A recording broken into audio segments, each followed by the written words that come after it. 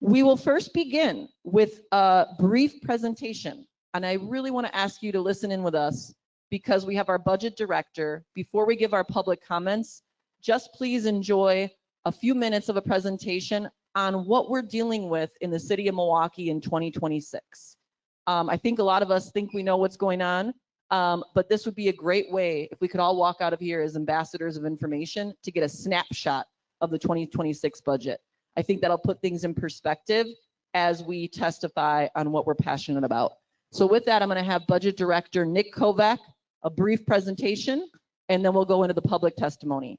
Nick Kovac. Good morning.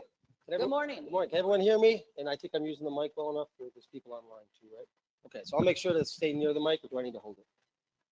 Okay, this is good enough. Hi, I'm Nick Kovac. I Budget and Management Division Director. I work for Mayor Cavalier Johnson. And just to give you some quick housekeeping on how this process works, in May, all the departments turn in cost to continue request budgets. Between May and September, the mayor and my team work very closely with Bill Christensen on revenue estimates and with individual departments on expenditure estimates. And we have to close a budget gap, and then the mayor proposes that balanced budget. By state law, every year's budget must be balanced. We propose that budget in the middle of September. We are now in the middle of October. So those of you that have been watching Channel 25 or in 301B already know this. And the finance and personnel members you see here are now 1 month into very careful deliberations. They've been asking excellent questions all month. And so I think everybody, has a better idea of what's in the budget and why. But for some of you, this might be your first crack at it. So I have 10 slides and I've been given 10 minutes. I'll try to hold to that. And one of the 10 slides is the cover slide, if I can get past it. Oh, it's just a delay. Okay. This is a very quick overview of the total size of the budget and the big pieces of the budget. The entire city budget is $2.07 billion. But then we sort of break that down into the pieces that we usually talk about the most. And those are the two bullets underneath bullet number 1. I should also say, this presentation is available in printout form in English and Spanish. We have quite a few copies of this, but maybe not enough for everyone in the room. We definitely have enough for everyone in the room of this one-page handout in English and in Spanish. So please take 1 or 2 of these, if you'd like. It's essentially the one-page handout is basically the information in these 10 slides kind of mushed together, so it's easy to distribute. So within that $2 billion budget, there is what we call the tax levy supported budget, and that which is $1.58 billion. That's about 3/4 of the budget. So that excludes what we call, well, you can see on point 3 what that excludes, the $500 million that excludes. Enterprise funds, which are sewer, water, and transportation funds.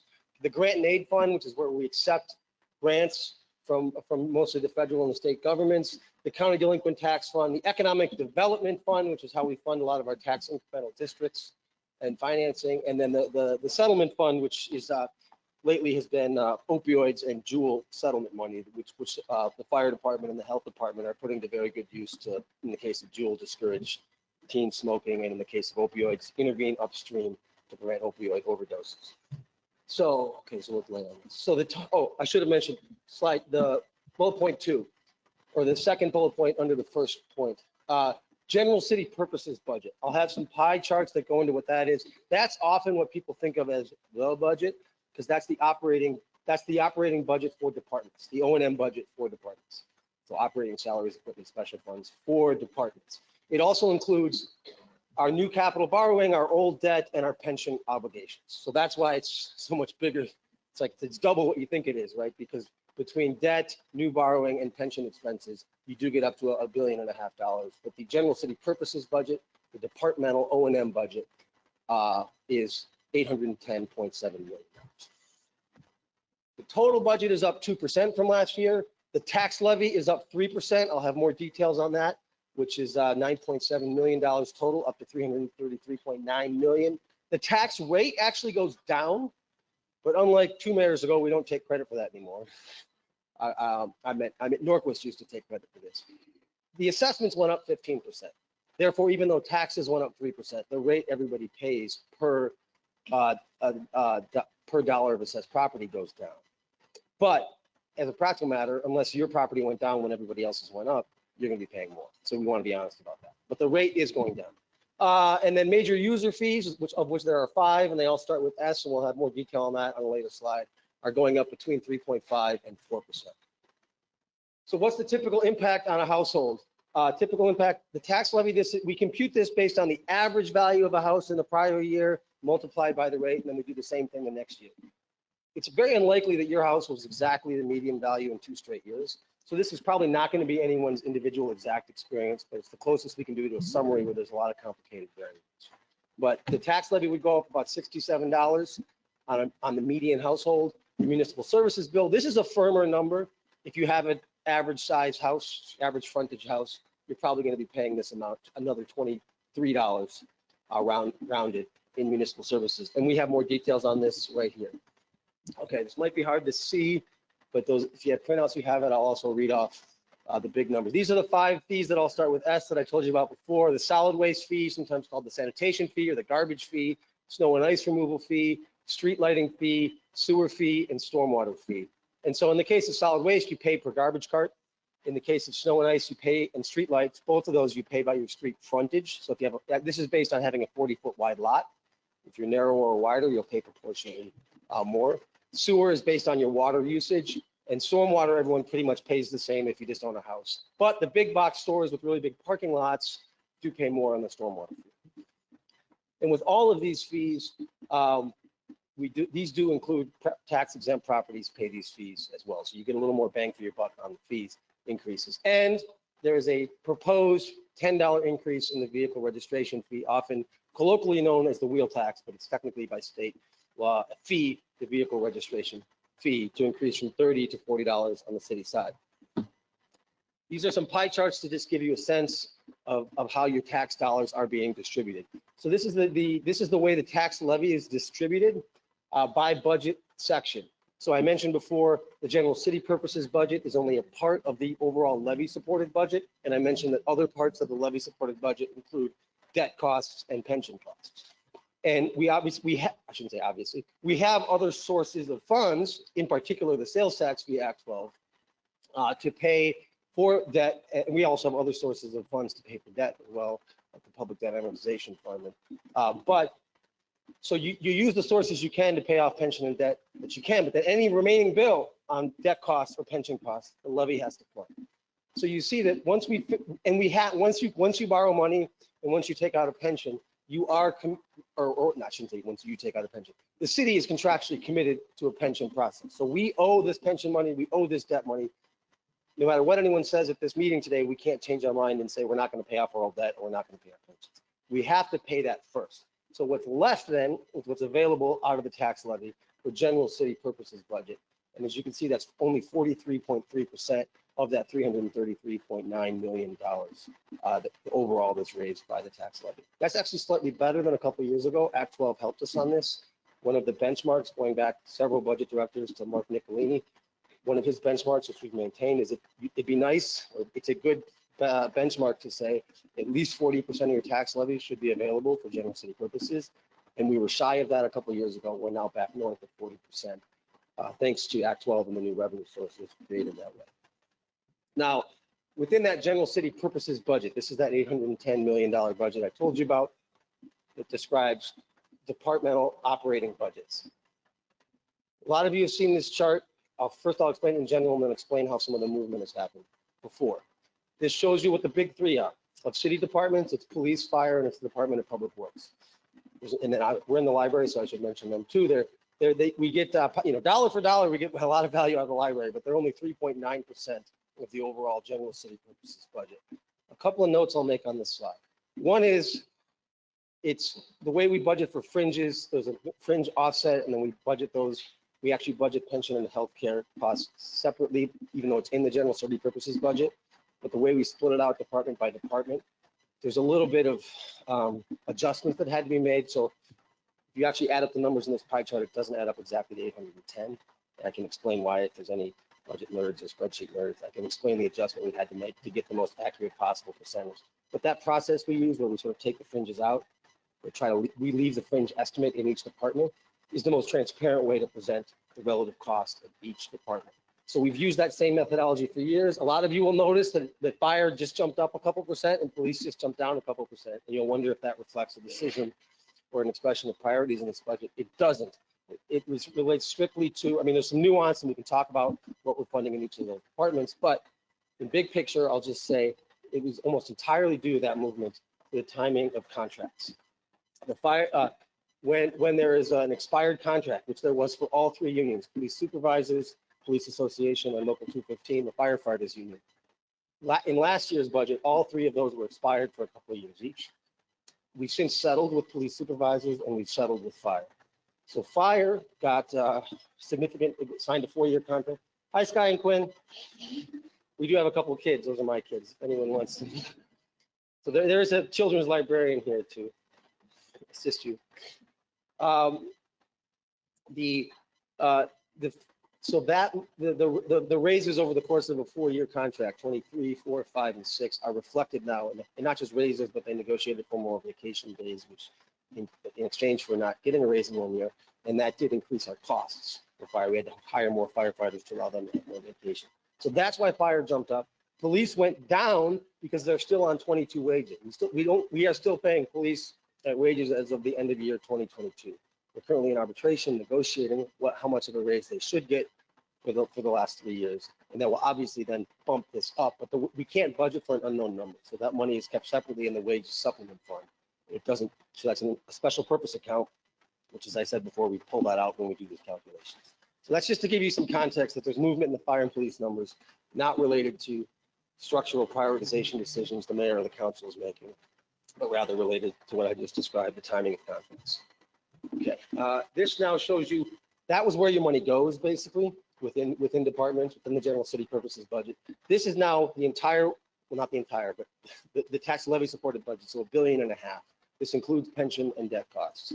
And this shows you, because the $500 million that's not levy supported is self-sustaining. So there's $500 million in the budget, sewer, water, transportation, or grants. And that money is just coming, that money doesn't intermingle with the rest of the budget. In this case, we're paying annual operations, we're borrowing money for future capital needs, we're paying off past capital projects, and we're paying pensions. How do we pay for that $1.5 billion? This shows you how that's split up.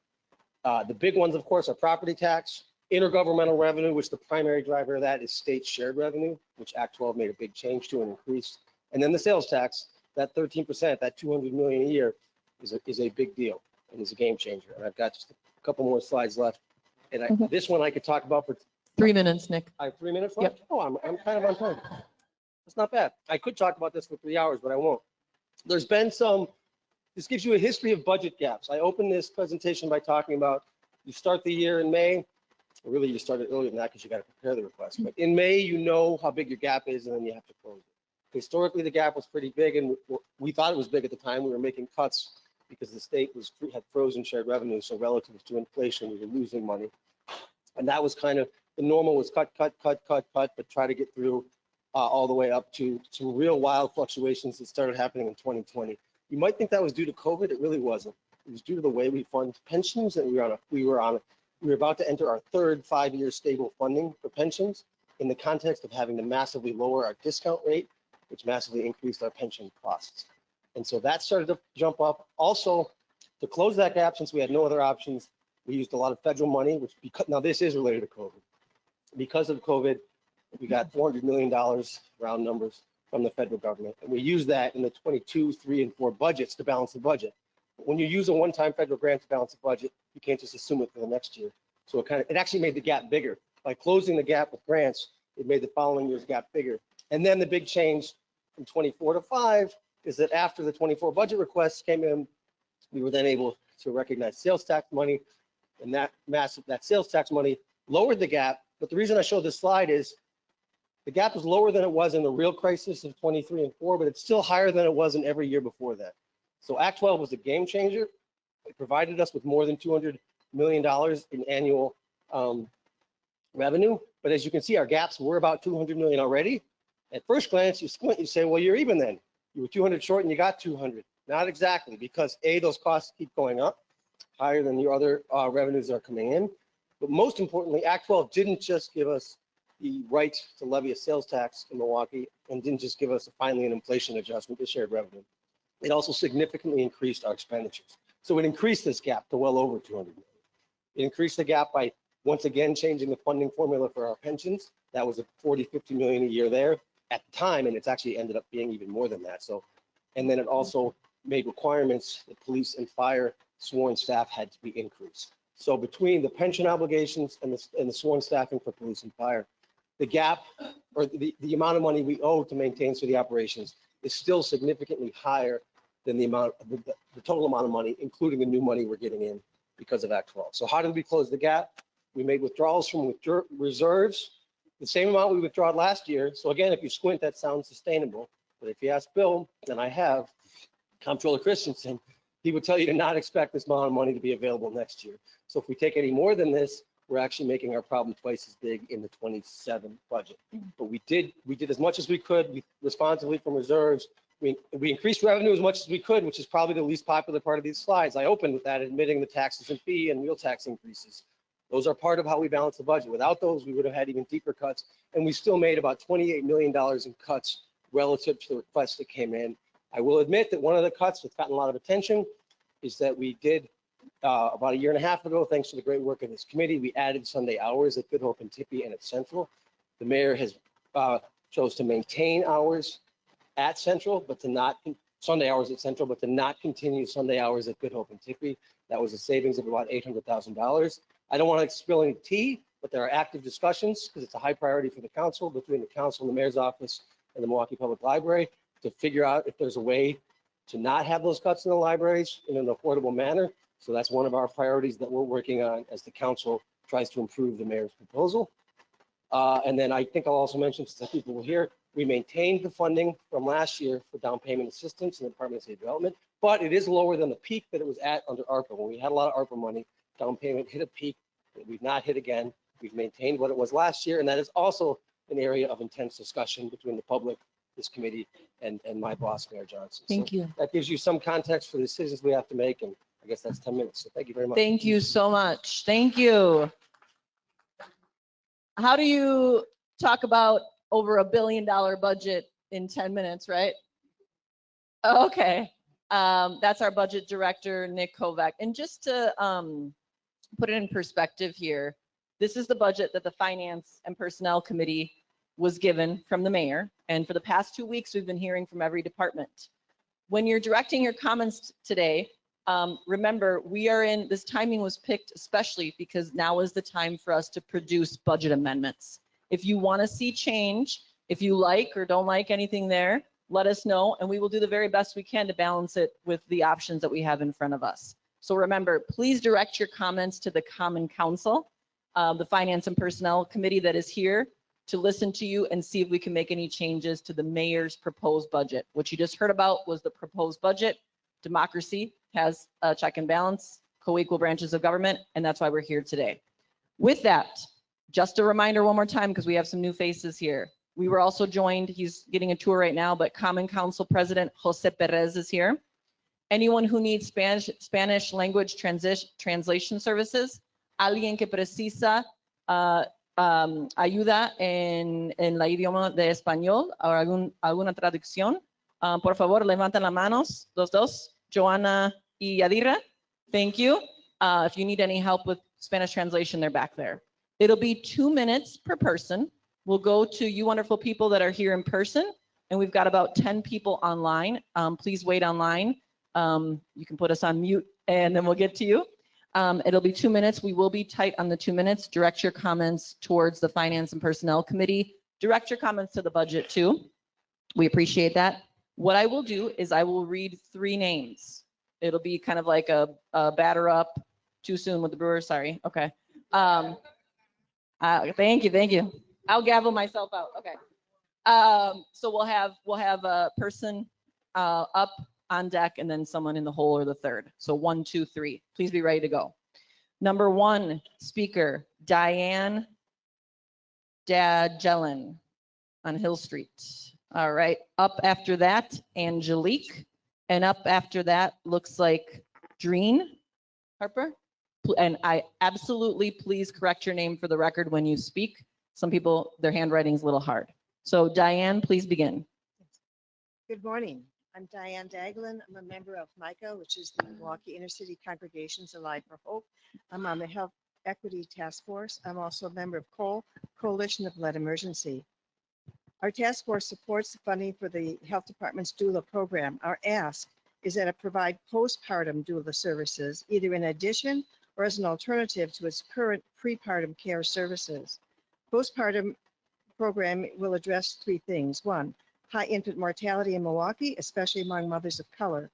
Two, Milwaukee's high level of lead poisoning, coupled with the loss of neighborhood medical services such as Next Door Pediatric and St. Francis Obstetrics. Three, the health department's own doula staffing concerns, high turnover and increased training costs. Regarding infant mortality, children are most likely to die during the first year of life and any other time during the first 19 years. That's 5.6 per 1,000 births, according to the CDC. According to Milwaukee Health Department's website, city infant deaths are 10.8% overall, and for Black infants is 15.9%.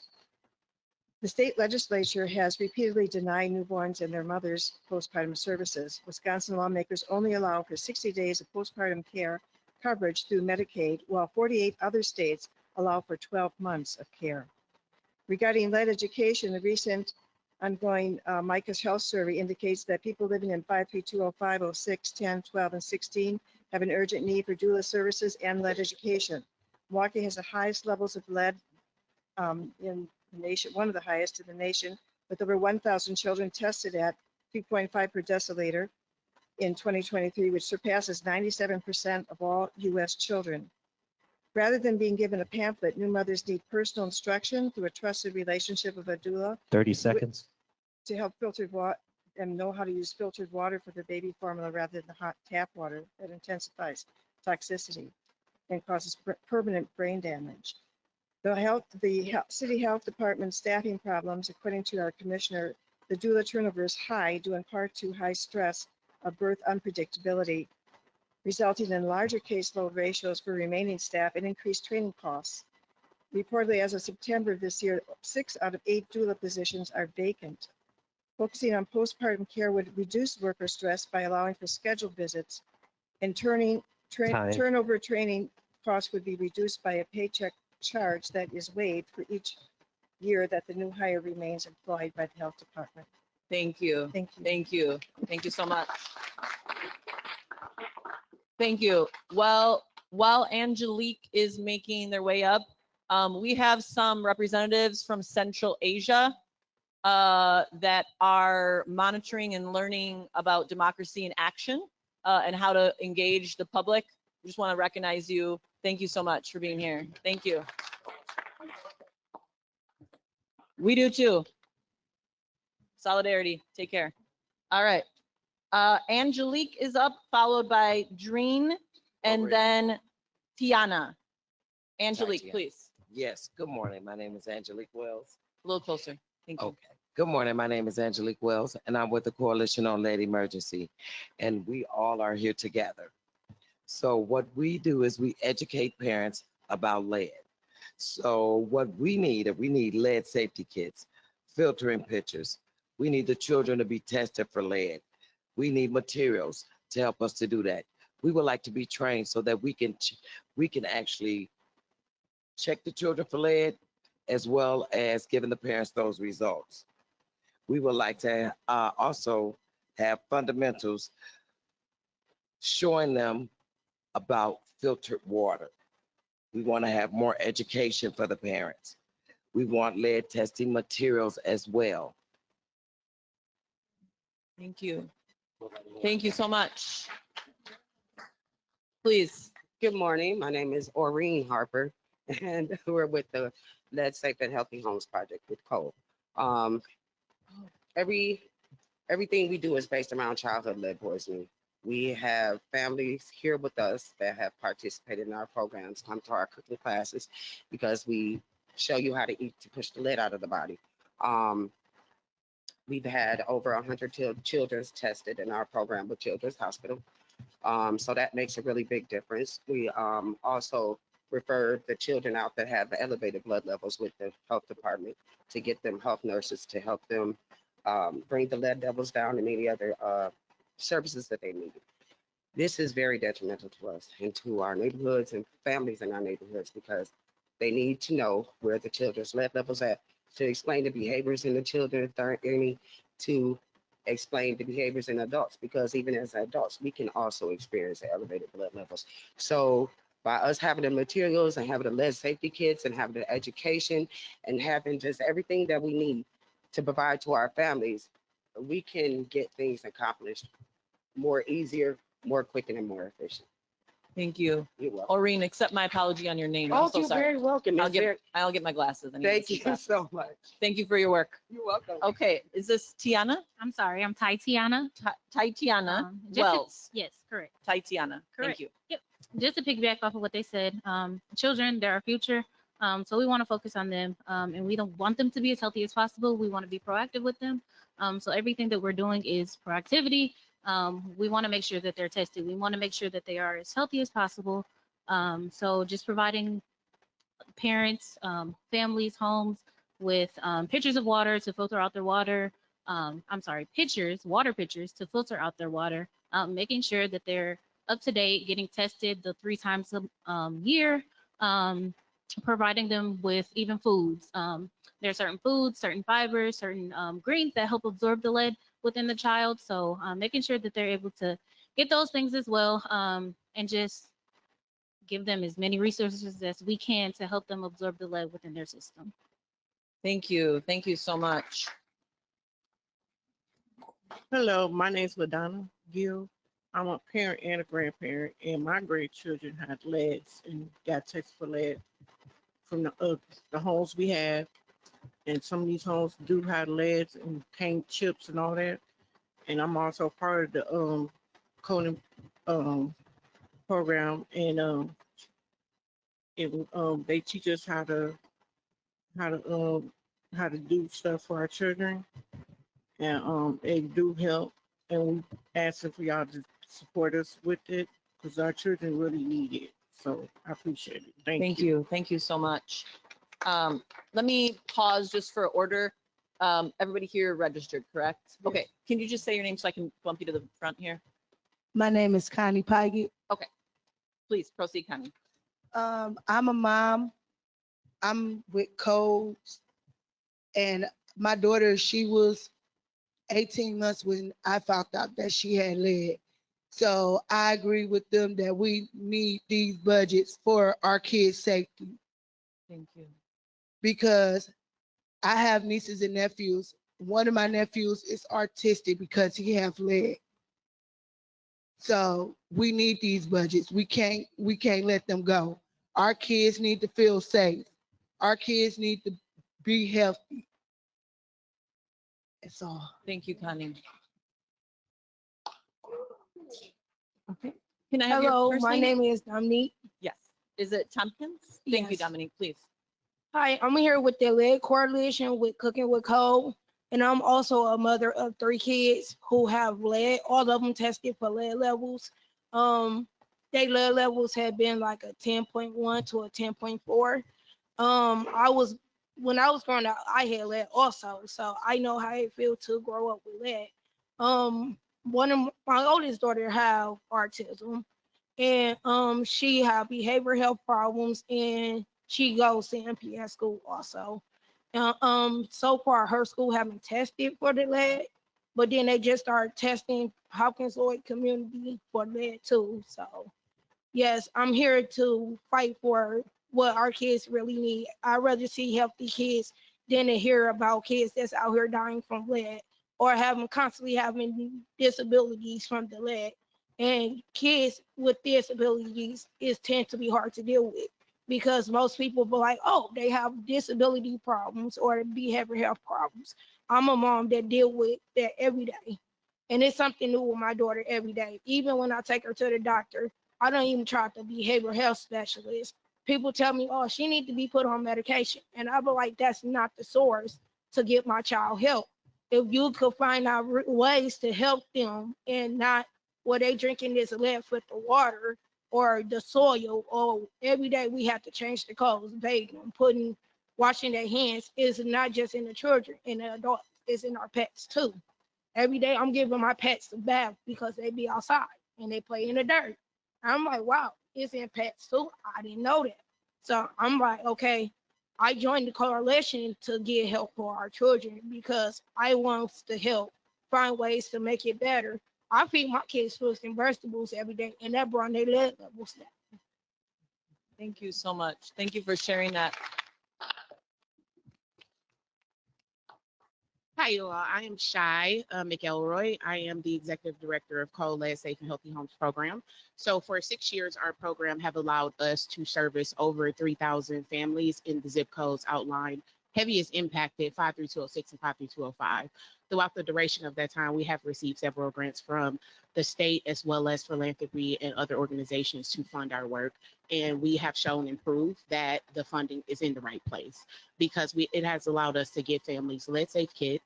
It has allowed my team to take things like lead abatement training, lead abatement supervisor training. So now we can go into the home and encapsulate walls for families. We can go into the home and take care of the chipping paint for the families. And so outside of that, we give lead education. So we do a 2-day training with parents because a lot of these parents, when we first started this work, and I started this work right when Cole started, they did not know what lead poison was. They didn't know what it was doing to their children. They didn't know how to deal with it inside of their home, let alone with talking to MPS about an IEP because their child has cognitive and educational delays. I know oh too well. My son was a lead poison child. So we're an organization we're parent led. So each one of these folks that came up to speak is definitely have been impacted by lead at some point in their life with their own children. This is not a blue or a red problem. This is a Wisconsin problem. And at what point are we going to be more proactive rather than reactive to our children being affected by lead poison? We're talking about the next generation. We're talking about stopping the violence in our street because, as you can see, lead poison attacks the neural system first. So when we talk about behavior issues inside of the school and graduation rates and dropout rates, we need to start with lead poison. And so my team has been very, very active with making sure in our partner organizations, a lot of y'all I see in the room today, have been very active with making sure that this is not happening in our city, but also testing. And so with 30 seconds. Okay, securing more funding, starting at the baseline of 200,000 for our organization to continue giving out lead safe kits to the community. And we service outside of 53206 and 53205 as well. Anyone in the city of Milwaukee we service, but those are the two heaviest impacted. It would allow us to continue our work and continue giving families a peace of mind. Okay, thank you. Thank you so much. Thank you. Thank you. I had a Jessica as well that was listed as part of this group. Oh, I'm sorry. Okay. So Jessica's next, then looks like, is that Gelly? Okay, and then Heather. Okay, Jessica, please. Yeah, I'm Jessica Sir, and I'm a City of Milwaukee resident in the 11th Aldermanic District. And I am also a member of the Coalition on Lead Emergency. I'm also a member of MICA Health Equity Task Force. So right now, Milwaukee has approximately 60,000 lead service lines that have not been replaced by copper service lines. According to the Environmental Defense Fund and a recent E&E News political article, Milwaukee ranks 5th in the nation in total lead pipes. And as many of the people here have already mentioned, we're looking at all the difficulties that it causes in infants and children. And these include the learning disabilities, behavioral issues, executive function problems, motor control difficulties, hypertension, and renal problems, among others. A 2020 study found child lead exposure linked to increased risk of gun violence and victimization in Milwaukee, and a 2013 study found it linked to increased school suspension.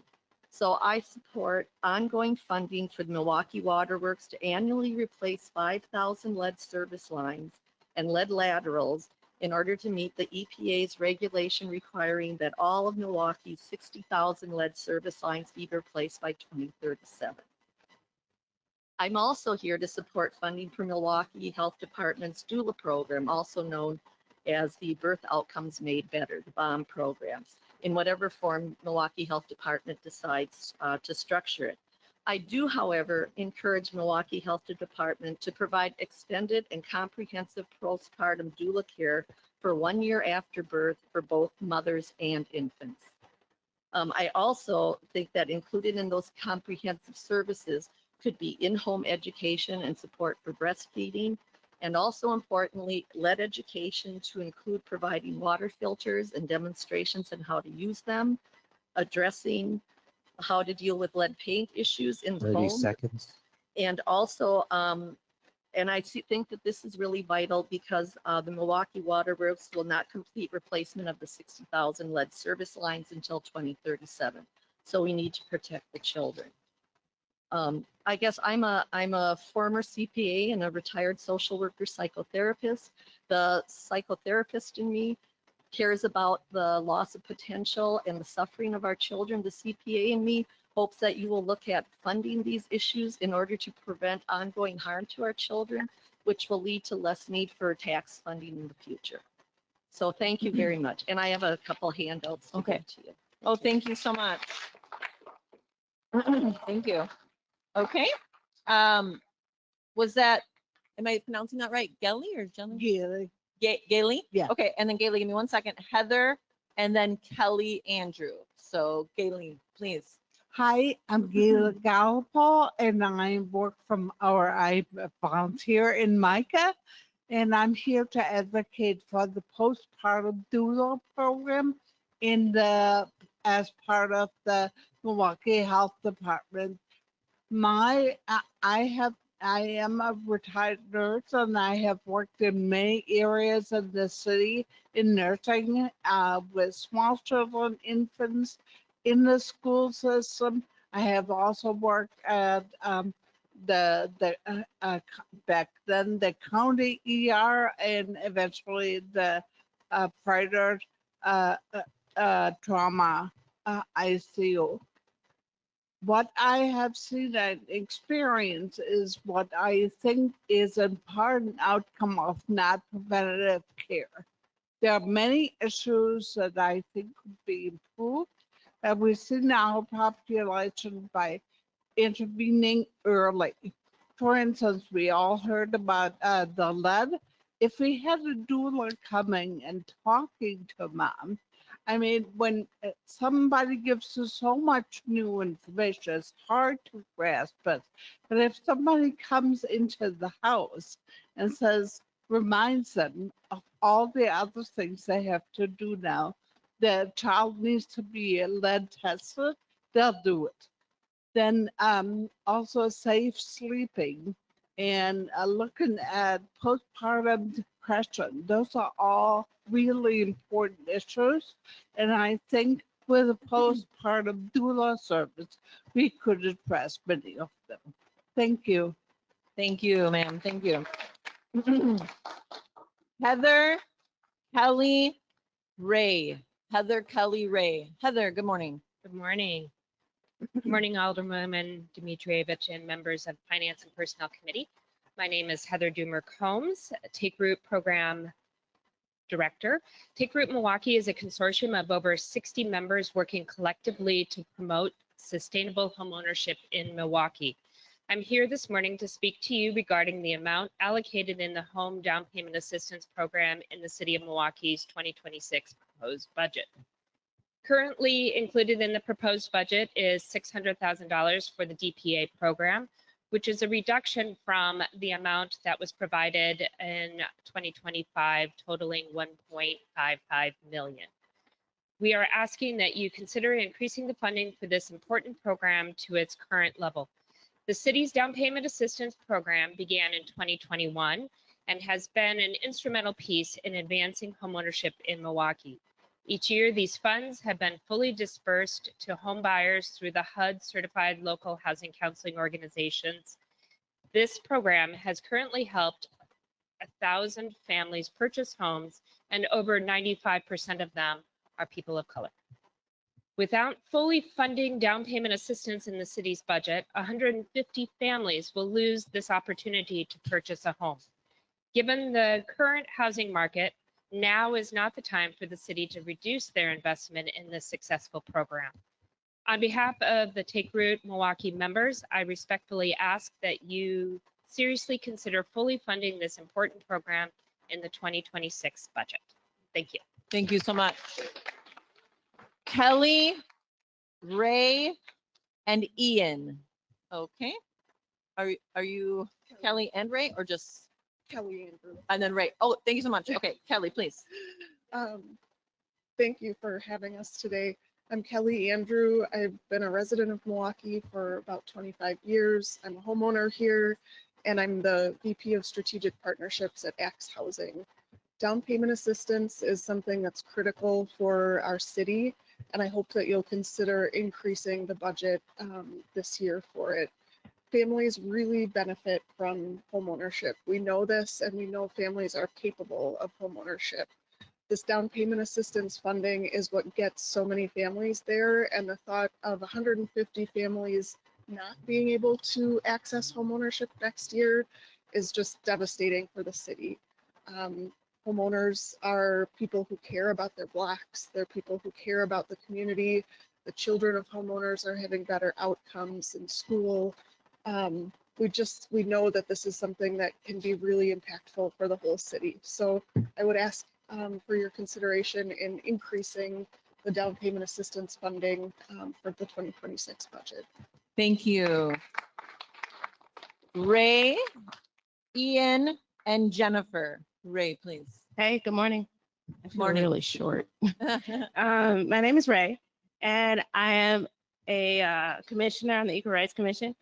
Also, I am a resident of the 6th Aldermanic District.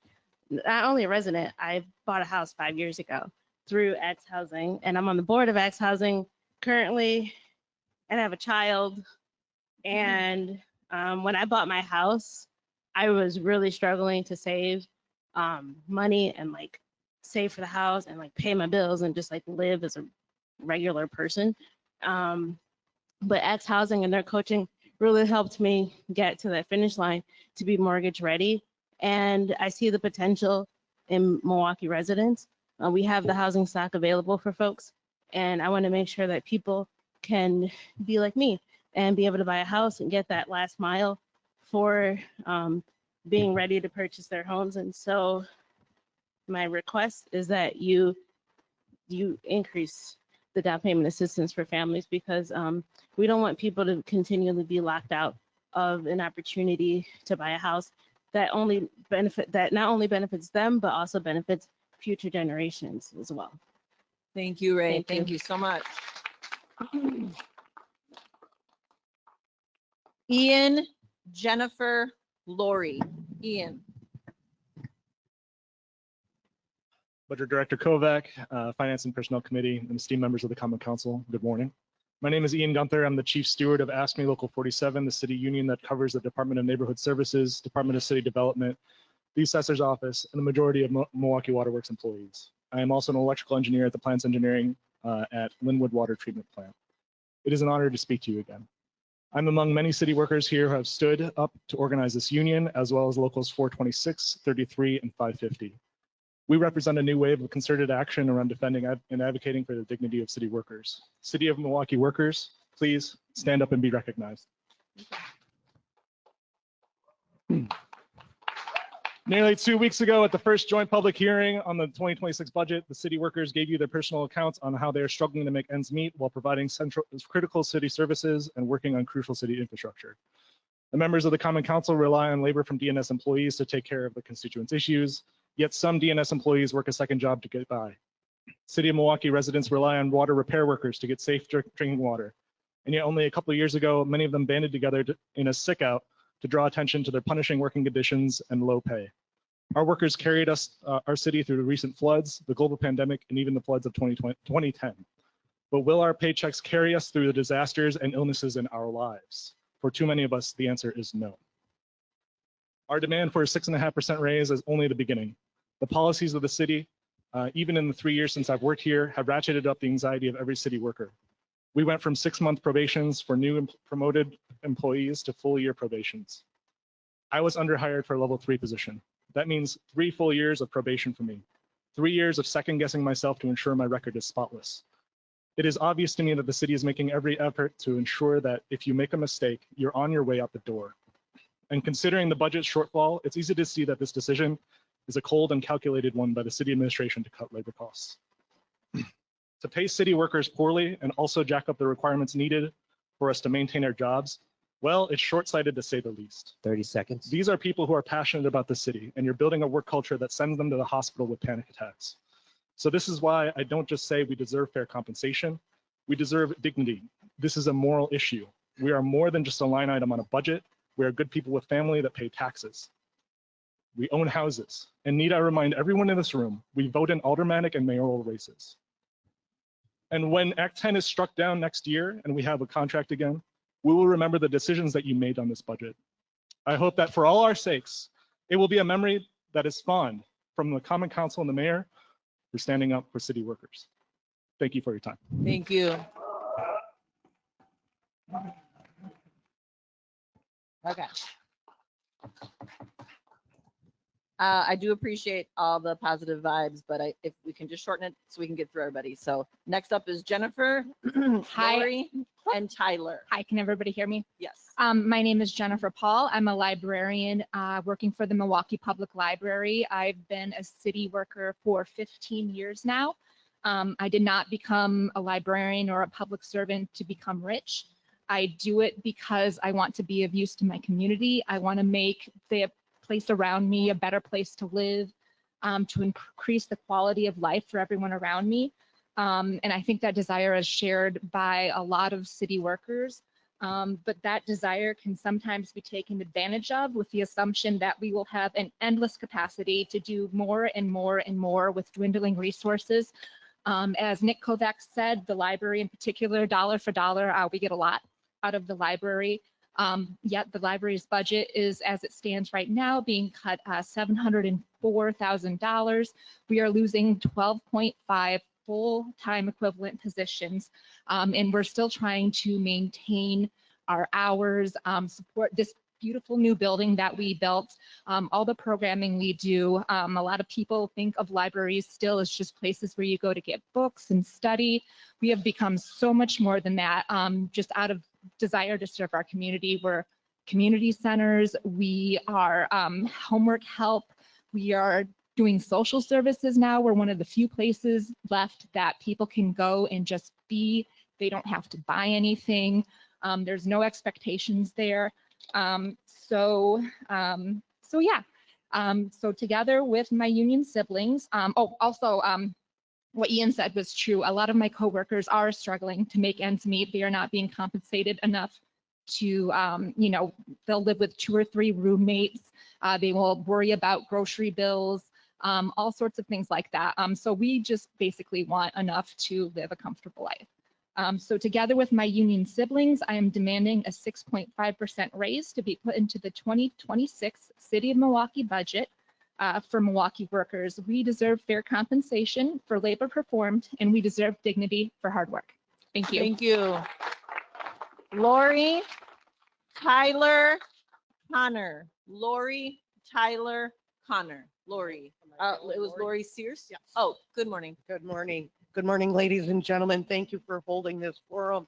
And with respect, I need to say, I'm glad everybody that spoke before me spoke, because Lead Coalition, my son was diagnosed with lead. He's 36 years old. He was diagnosed 30 years ago. It's a sad state of affairs that we still have to address this problem. City workers, you are absolutely right. And my purpose here today, I don't belong to a group. I'm just a born and raised Milwaukee resident.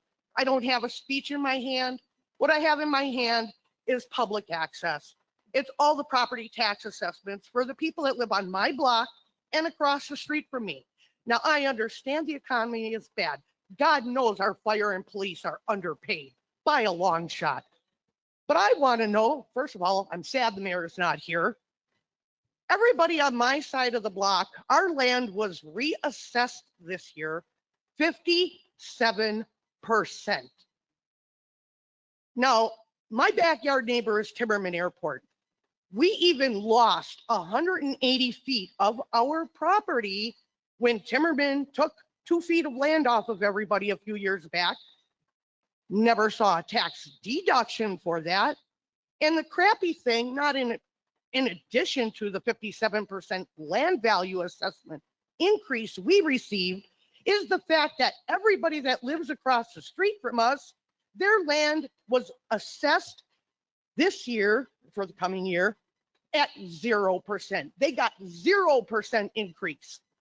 And matter of fact, they have not been reassessed for the past 6 years. And 6 years ago, their land's assessment, all of them, were dropped from 9,000 down to 6,000. So how do they get a decrease 6 years ago, never have their land reassessed at value for 6 years, 30 and we seconds. get a 57% increase?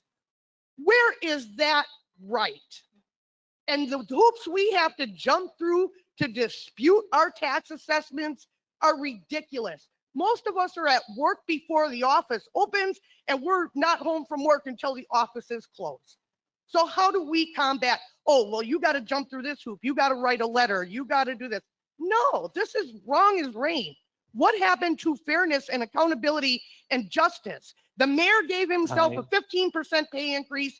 The tax assessment commissioner got a 15% increase. So does their 30% increase account for my 57% tax assessment? That's ridiculous, unfair. I would sooner see a 10 to 12% sales tax increase. That way it affects everybody, homeowners and renters. This crap with constantly raising the property tax, you're putting us homeowners out of our homes. I don't even qualify for energy assistance. We Energies made $1.5 billion in profit last year, but yet my electric bill is double. My water bill is up. Oh, you're gonna raise the fee for the street lights on the water bill. By the time the street lights on my block are not even on.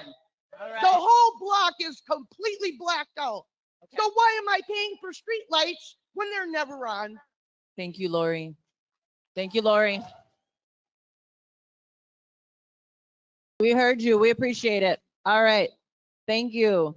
I do appreciate the solidarity, but like I said, we got to get through a lot of speakers. Let's keep the applause kind of to ourselves. Tyler, Connor, and Rachel. Tyler, please. Good morning, members of the Finance Committee and esteemed members of Common Council. My name is Tyler Hamelink. I am an employee with DNS. I work in the Development Center where I am a plan examiner. I am also a City of Milwaukee resident and have been for over a decade. Milwaukee is my adopted home. This is a challenging time for the city to figure out a budget, of course. However, one of the most well-known parables is that you cannot build a house on sand. You have to build a house on a solid foundation. I look at houses every day as a part of my job. Us city workers are the solid foundation of Milwaukee. We are the people that make Milwaukee happen. Without us, essential city services would fail. When we don't have fair compensation that at bare minimum keeps up with inflation, we are losing money year after year to continue doing the same or more amount of work. That is not fair, and that causes employee bleed, high turnovers, loss of skills, loss of determined workers who are committed to making Milwaukee a better place. Earlier, during the DNS department committee hearing with the Finance Committee, a member of the council suggested replacing some workers with AI. That would put myself and 17 of my coworkers out on the streets.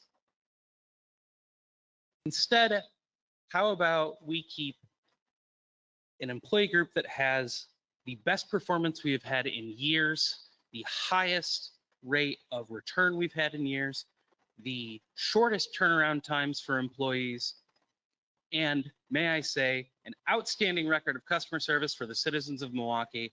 How about we compensate them fairly?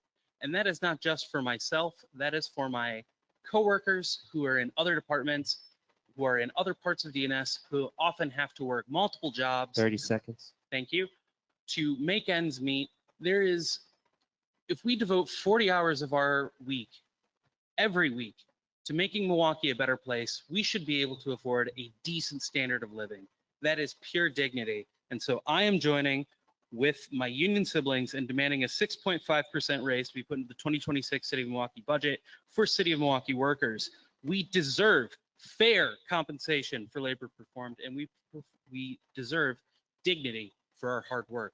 Thank you. Thank you. Thank you. Thank you. Next up is Connor, Rachel, Kat. Connor. Good morning, members of the Common Council, Budget Director, and our staff here on site. Again, thank you guys for all hearing us out.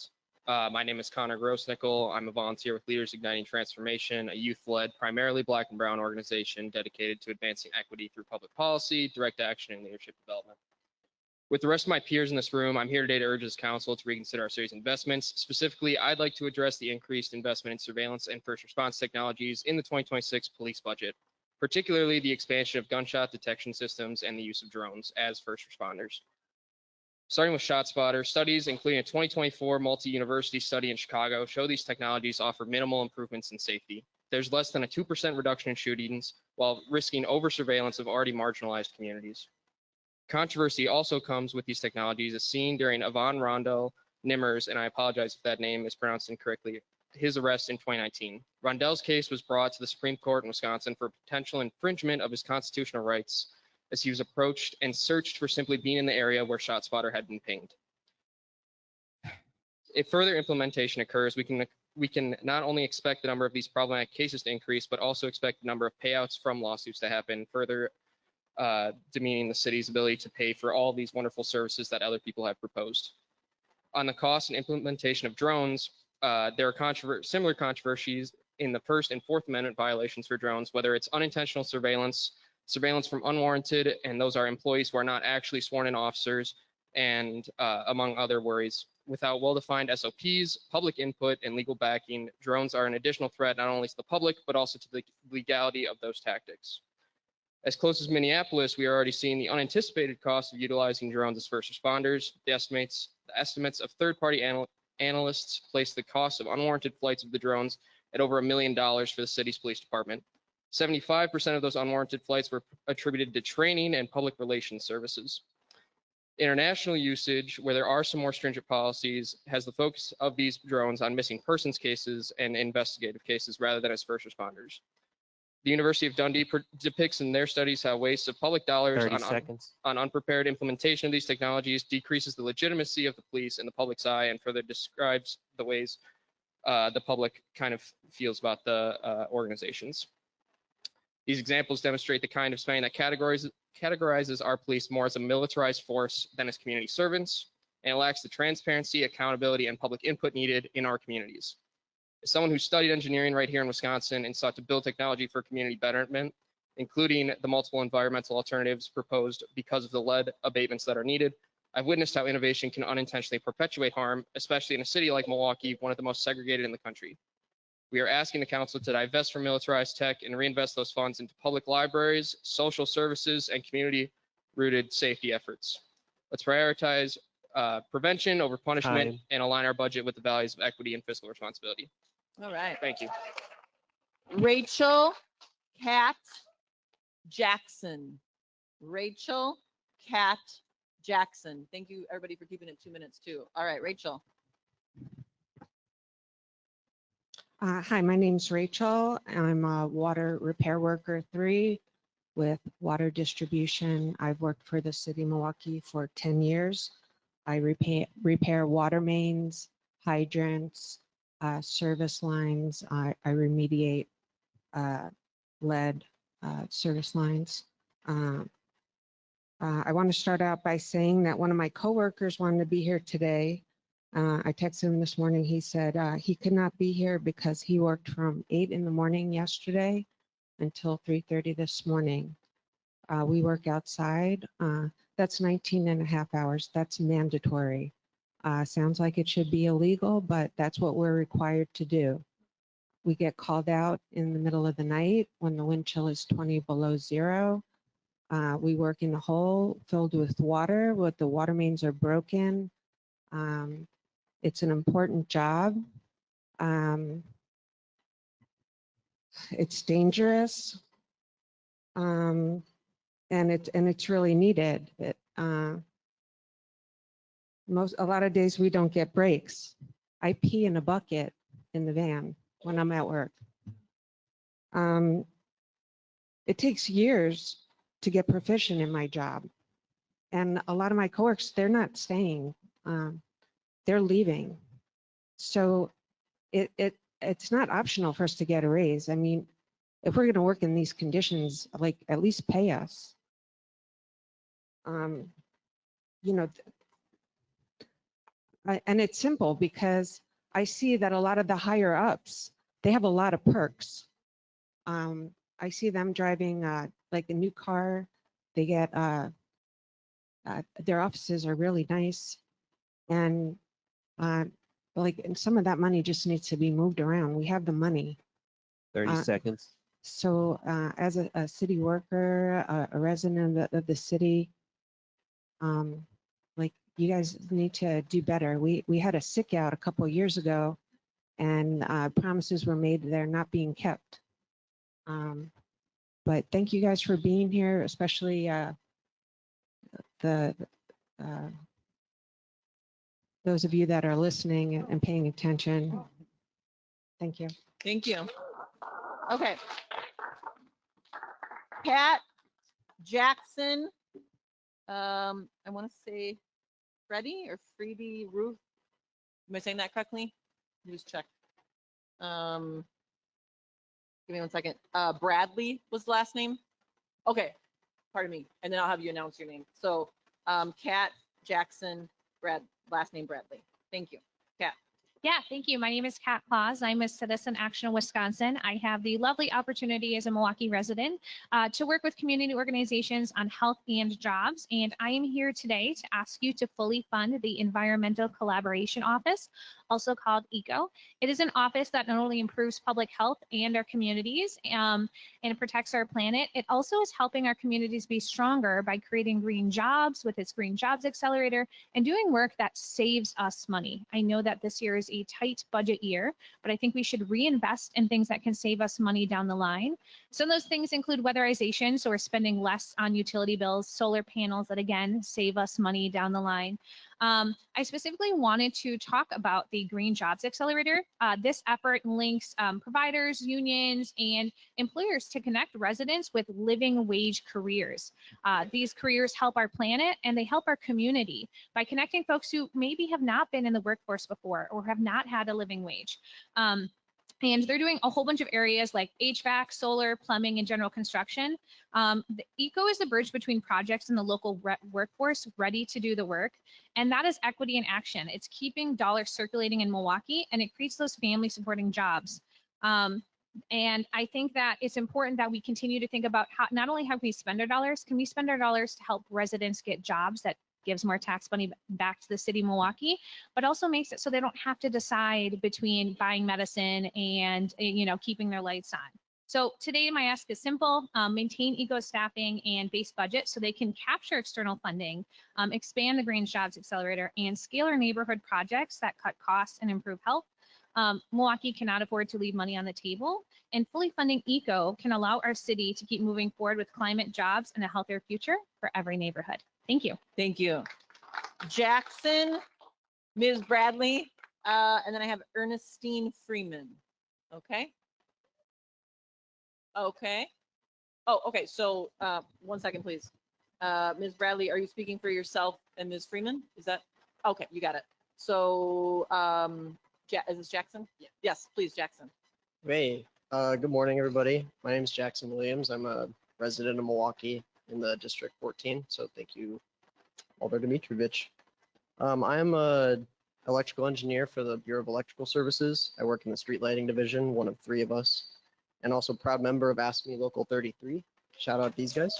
I'm here today with my union siblings back here to put faces to the labor that runs the city we have here in Milwaukee. City infrastructure is a massive and multifaceted undertaking, and maintaining it really warrants dignity and respect of all of us. During the last 2 weeks in the departmental hearings, I've heard a very common question from the committee here, and it always comes with an unvarying response. Why did the salary budgets increase so much since 2020? The obvious answer is the market adjustments and the desperately needed reclassifications that happened since then. But the next statement was very telling, I think. Almost every department that responded said that their recruiting pool for their vacancies was both bigger and higher quality after those raises came in. That's the key to Milwaukee's future, but those adjustments were a good first step, but they will not be enough going forward. We're already behind again. I started working for the city this February, and I came from the private sector, and I took a $15,000 pay cut to do so.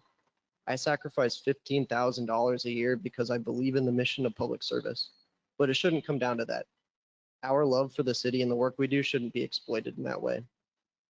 We need this committee to maintain that momentum of investment in our city labor force if we're to build out our vision for Milwaukee. Alderwoman Coggs, the historic Rufus King neighborhood deserves much better than it's seeing right now, but we don't have the electricians or the laborers to keep up with the failing infrastructure out there, nor with the careless contractors that we brought in from out of town.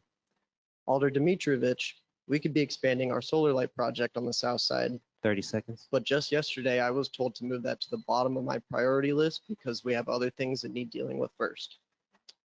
Respect, development, and the future of Milwaukee ride on the backs of us, the city employees. Invest in us, a 6.5% raise now, and very quickly, all 600,000 Milwaukeeans will see that profit. Thank you. Thank you. Okay, Ms. Bradley speaking for Ms. Freeman as well, correct? Okay. Yes. Good morning. Well, morning. good afternoon. My name is Freddie Bradley, and I live on 4196 North 14th Street, and I have been a resident in Milwaukee ever since 1955. And there is some questions about our city, especially over there on the Rufus King area with the flooding. I have flood out, and it's the sewage problem, and they need to do something about this problem. I also is concerned, like the young lady spoke about the street lights. Our lights are continually being out over there. And I have a question about, there was a city worker who took over $100,000 and it never was really nothing said about it. I don't know what happened to that money. Oh, we're not taking questions, I'm sorry, but we're writing it down, but we can't do questions and answers. Yeah, okay, Yeah, all right. But yes, we wrote okay. it down and we will get back to you. Okay, then. And so I do call downtown to the city all the time about, they don't keep the leaves and stuff straightened up in our area. And the trees over there, they still full. And so the collection, I have asked for them to extend the collection of us picking up the leaves in my area. And they go down in the drain and it causes flooding. I flooded twice in 1 year. December I flooded, and also August the 10th, I flooded again. And I have a mess in my house now. So I would like for you all to, I don't know, ask for more money to be done to get these corrections done, but it is needed very much. Thank you. Thank you. Ma'am, we'll also connect you with assistance. We do have flood assistance. So I want to make sure we get that information to you. Yep, there's a flyer on the table too. Okay, we have Chaz Robinson, Stephanie, and Niaga. Anyone still here on those? And if you're not here, I'll put you to the bottom of the pile. Chaz, okay. Is Stephanie here? Okay. And then after Stephanie was Niaga. Okay, great. Thank you, Chaz. All right, thank you. Good afternoon. My name is Chaz Robinson.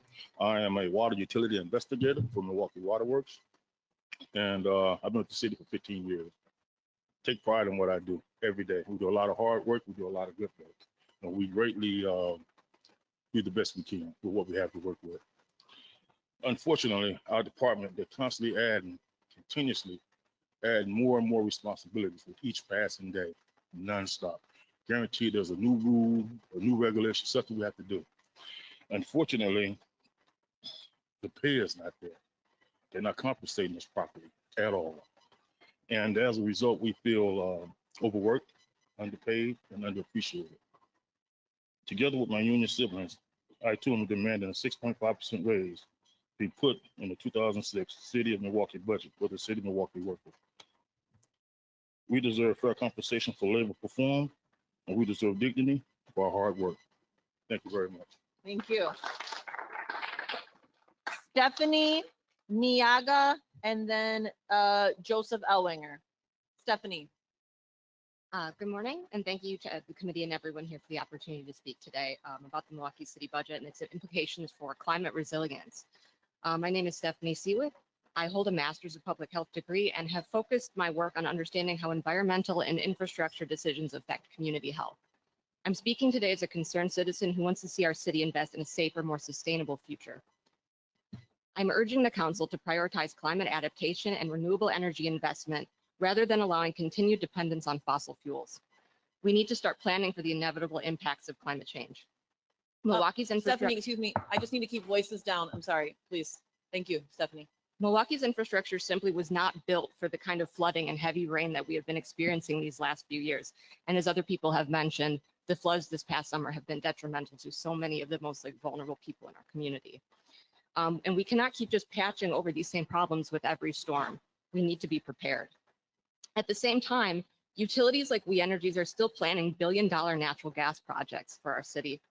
Money that could instead be going towards real solutions like renewable energy and community resilience. Continuing to invest in fossil fuels only deepens our dependence and increases long-term costs for residents.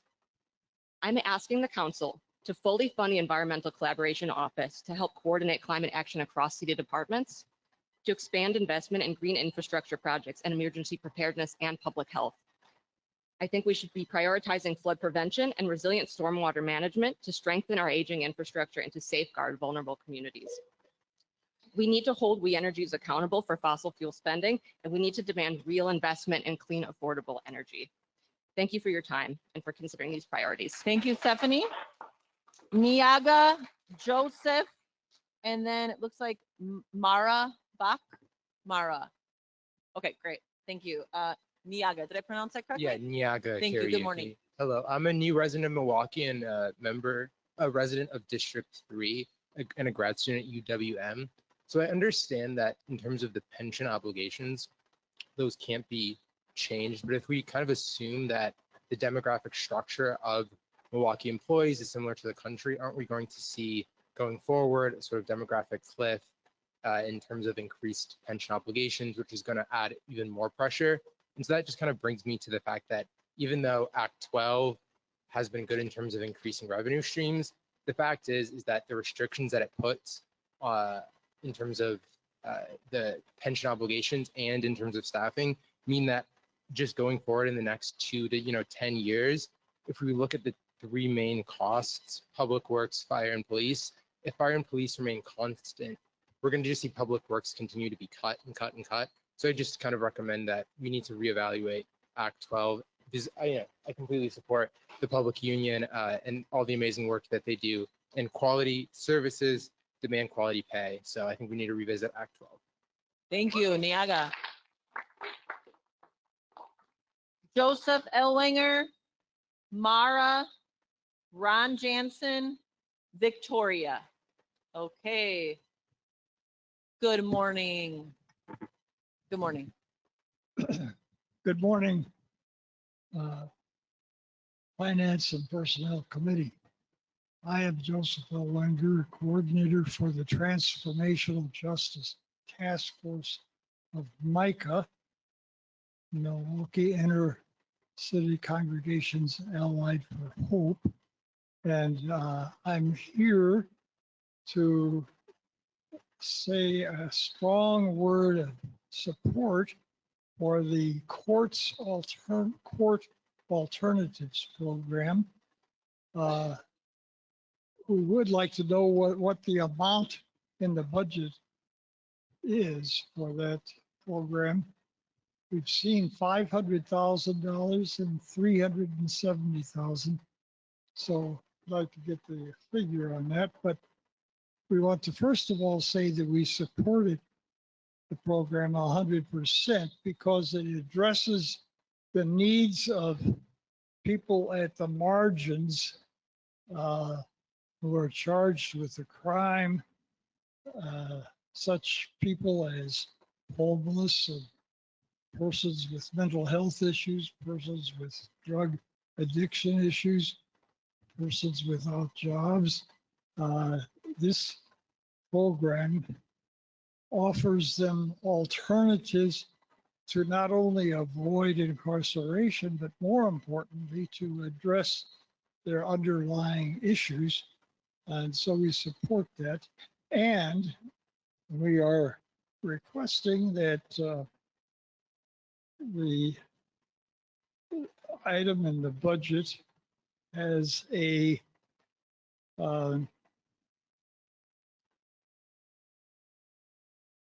accountability request. 30 We'd seconds. like to make sure that this program operates at a very efficient and effective level since it's changing administrative bodies. And we'd like to make sure that the public gets a report on how this money is being spent and whether we'd like to see a monthly report, but at least a quarterly report on the number of persons being served, the programs that they're in. Just a concern that this program that addresses the needs of people who are usually left out of the picture are being addressed as fully and as completely as possible. Thank you. Mara, thank you so much. Mara, Ron, Victoria, Jennifer. Okay.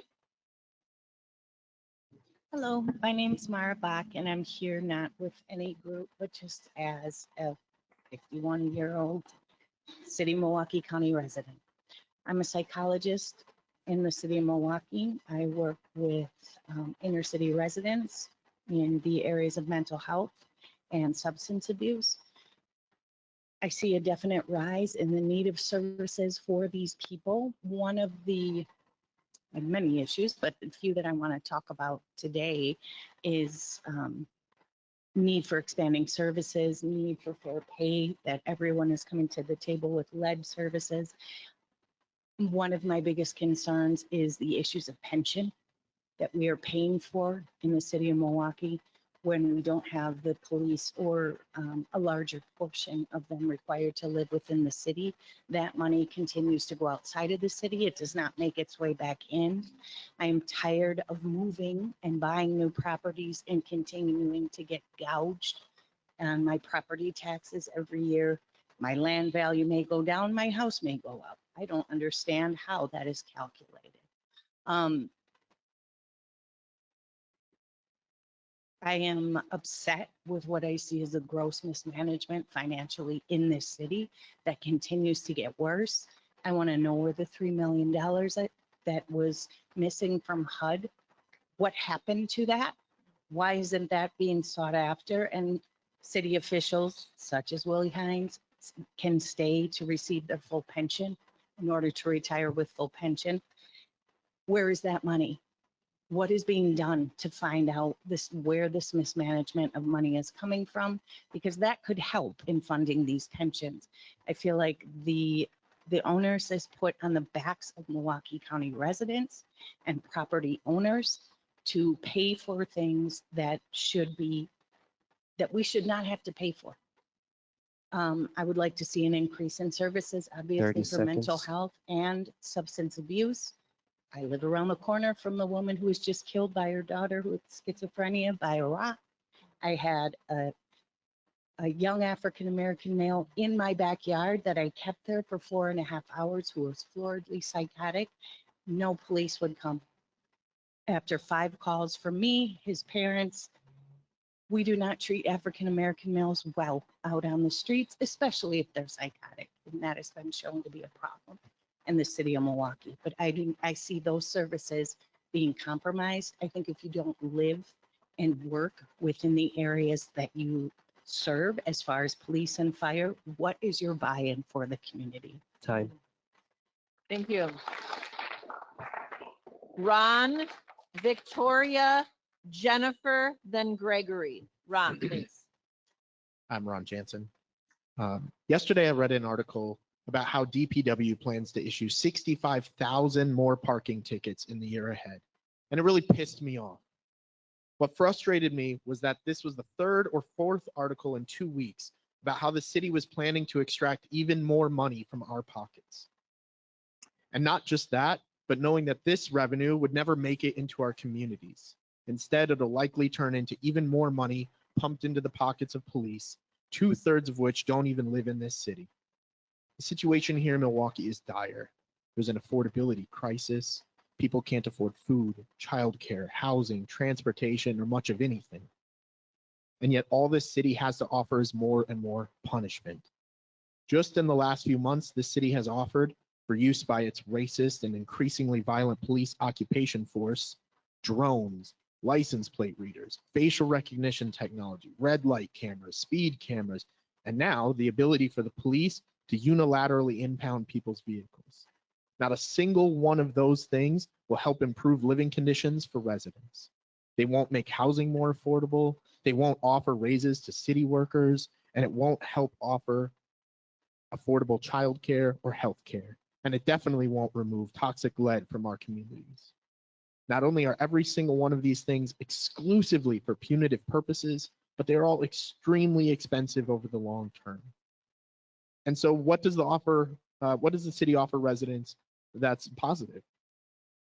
3 health clinics for 500,000 residents, cuts to departments across the board, streets that are dangerous to both motorists, pedestrians, and sometimes nearly impassable, and conditions across the city that are getting worse with each passing day. There's an adage that people love to throw around at these meetings about how budgets are moral documents and that they should reflect our hopes for the future. 30 seconds. In my estimation, the only vision for the future that this city and its budget reflect is one filled with desperation and destruction. In effect, we are morally bankrupt. We must start investing in a better future through healthcare, housing, education, and jobs. Not endless policing and incarceration, not pay raises for the mayor and the members of this body, but things that actually help the people that make Milwaukee possible, that being its residents. Thank you, Ron. Victoria, Jennifer, Gregory, I need to inform everyone that we've now reached our 11 a.m. Deadline. So sign up is closed. We're not taking any more speakers, but we will hear from everybody that's here. I want to ask you just to be a little bit more concise so we can get through everybody. So Victoria, Jennifer, Gregory, I'm sorry, but no more speaker signups. Victoria. Hi, my name is Victoria Gile. I am a primary care doc that both works and lives within the city limits in District 3. And I came initially today because I've heard a lot over the past year that our elected representatives don't hear that constituents care about climate change. It's nice. That's not true. Clearly, there are people here, so don't y'all say that for the next 12 months. And the reason that happens is because we are all struggling. There is a lot that is impacting the lives of me and my patients, some of whom are in this room and have spoken to you today, in fact. We are in this constant state of trying to catch up and do better for each other and better for ourselves. And I have seen the way that the folks who work for the city are not always respected. The fact that I have to fill out Q6-month FMLA for your employees is outrageous. And the fact that our postpartum moms do not get the care that they deserve is outrageous and not your division. I get it, but I really support things like the bomb doula program, lead abatement, like all of this is really important. And also, it makes it hard to talk about some of the really, really, really big issues that if we don't get it right, we are just compounding problems down the line. If we keep burning fossil fuels and allowing we energies to do the things that they do, we're going to see more flooding, more people who can't afford to stay in their homes to fix them, who can't afford to pay for their bills because most of them can't right now. The number of times I have to sign off saying that someone is too sick to turn off their utilities is outrageous. I would much prefer to be performing medical care for people. It's really just upsetting. And we need to be doing better. I usually have a nice long speech. I'm usually pretty good at this, but we need to be doing better, y'all. You It's shared a just like lot. crazy. Thank you. Thank you. Please.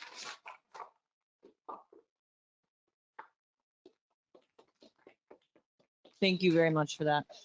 Jennifer, Gregory, Dane, Heba. Jennifer. Good morning. I'm pleased to be here, although I've been very moved by some of the testimony I've heard today. My name's Jennifer Evans. I'm the president of Our Future Milwaukee. It's a coalition of more than 20 organizations that is working to ensure that Milwaukee's climate plan is fully and equitably implemented. I think the recent floods that many citizens experienced bring home the fact that climate change is something that affects everyone, but particularly people who have the fewest means to deal with the consequences. I'd like to offer a pleasant note or a happy point today. Some of our city workers are members of the Environmental Collaboration Office who are working diligently to ensure that we become a more climate-friendly and sustainable city. And I'm pleased to see that the mayor's budget fully funded that office. They need to continue their work for two good reasons. First of all, the fact that we are all affected by climate change. And the climate equity plan is actually not only, it's not an either or thing. It's not either we address climate or we take care of our needs. It's a both and. For example, the Healthy Homes Project, which is part of the Milwaukee Climate Equity Plan, comes into people's homes and creates greater energy efficiency, does an energy audit, and also addresses flood abatement. So they're reducing people's energy burden, which is important, particularly for low-income families. The second reason is they're not just adding value, they're bringing in dollars. For example, they raised almost $400 million from the federal government. Unfortunately, a certain person who will go unnamed has tried to claw that back, but they are bringing value to the city. For example, they have secured a $14 million grant 30 to seconds. install EV charging stations in public parking lots so that you don't have to live in a wealthy neighborhood or have access to an EV charger in your home. You can go to a park or a library and charge your vehicle. So I would like to strongly support the continued funding for the Environmental Collaboration Office. Thank you very much. Jennifer. Thank you. Gregory, Jane, Heba, Dalvery. Where's Dalvery? I won't take 2 minutes. Hi, everybody. Okay. Y'all look so good. I am an elder at the Ebenezer Church of God in Christ down the street. We have a big church and we do a lot of community things. And I'm also a resident in the Harambe neighborhood. And I salute the DNS for the work they do, and they want 6.5% raise. But it's terrible that my wife can't go out at 5 in the morning because there are no street lights in the alley. It's terrible. She can only use one side of the alley because the other side is being dumped behind city property, behind the property that you guys own. Do you drive around the neighborhood out Alderwoman car and see the deprivation and see this? Do you? I mean, we take care of the Sir, starvation. Directed towards me, sir. We take care of the Yeah. human soul. We take care of the spiritual soul. But we cannot take care of the social conditions and the depravity that these kids see every single day. What is wrong? Why can't we pick up the trash in the alley and get a street light? And people are demanding raises. I'm sure they feel they deserve them. But what do we deserve as taxpayers, as citizens? Do we deserve anything better than that? Because we live in the lowest income part of the city, that's what we deserve? That's exactly what we deserve. But since there aren't any taxpayers, we don't deserve any better since they're, come on now. We deserve better lights. We deserve trash pickup. And we deserve not to see any dumping. You can't stop that, but you all can pick it up Right now, I have pictures on my phone where there's just trash just thrown in the alley. And I go out there and I see these kids before work walking through them, hypodermic needles. My wife had a car 1 week and I mean, she can only use one side of the alley. D and S, come on. Come on, Alderwoman. Thank you, sir. Dane Heba Dalvery. Is Dalvery here? Okay, if Dalvery is not here, then the next one would be Santa. Is Santa here? Okay, thank you. Oh, Santa, thank you. So Dane Heba Santa. Thank you, Dane. Yeah, my name is Dane McNeil. I'm a City of Milwaukee worker. I work for the Department of Neighborhood Services in our neighborhood improvement program. As you guys are aware, we directly affect your constituents on a daily basis with the assistance that we offer to the constituents. Together with my union siblings, I'm demanding a 6.5% raise to be put into the 2026 Milwaukee budget.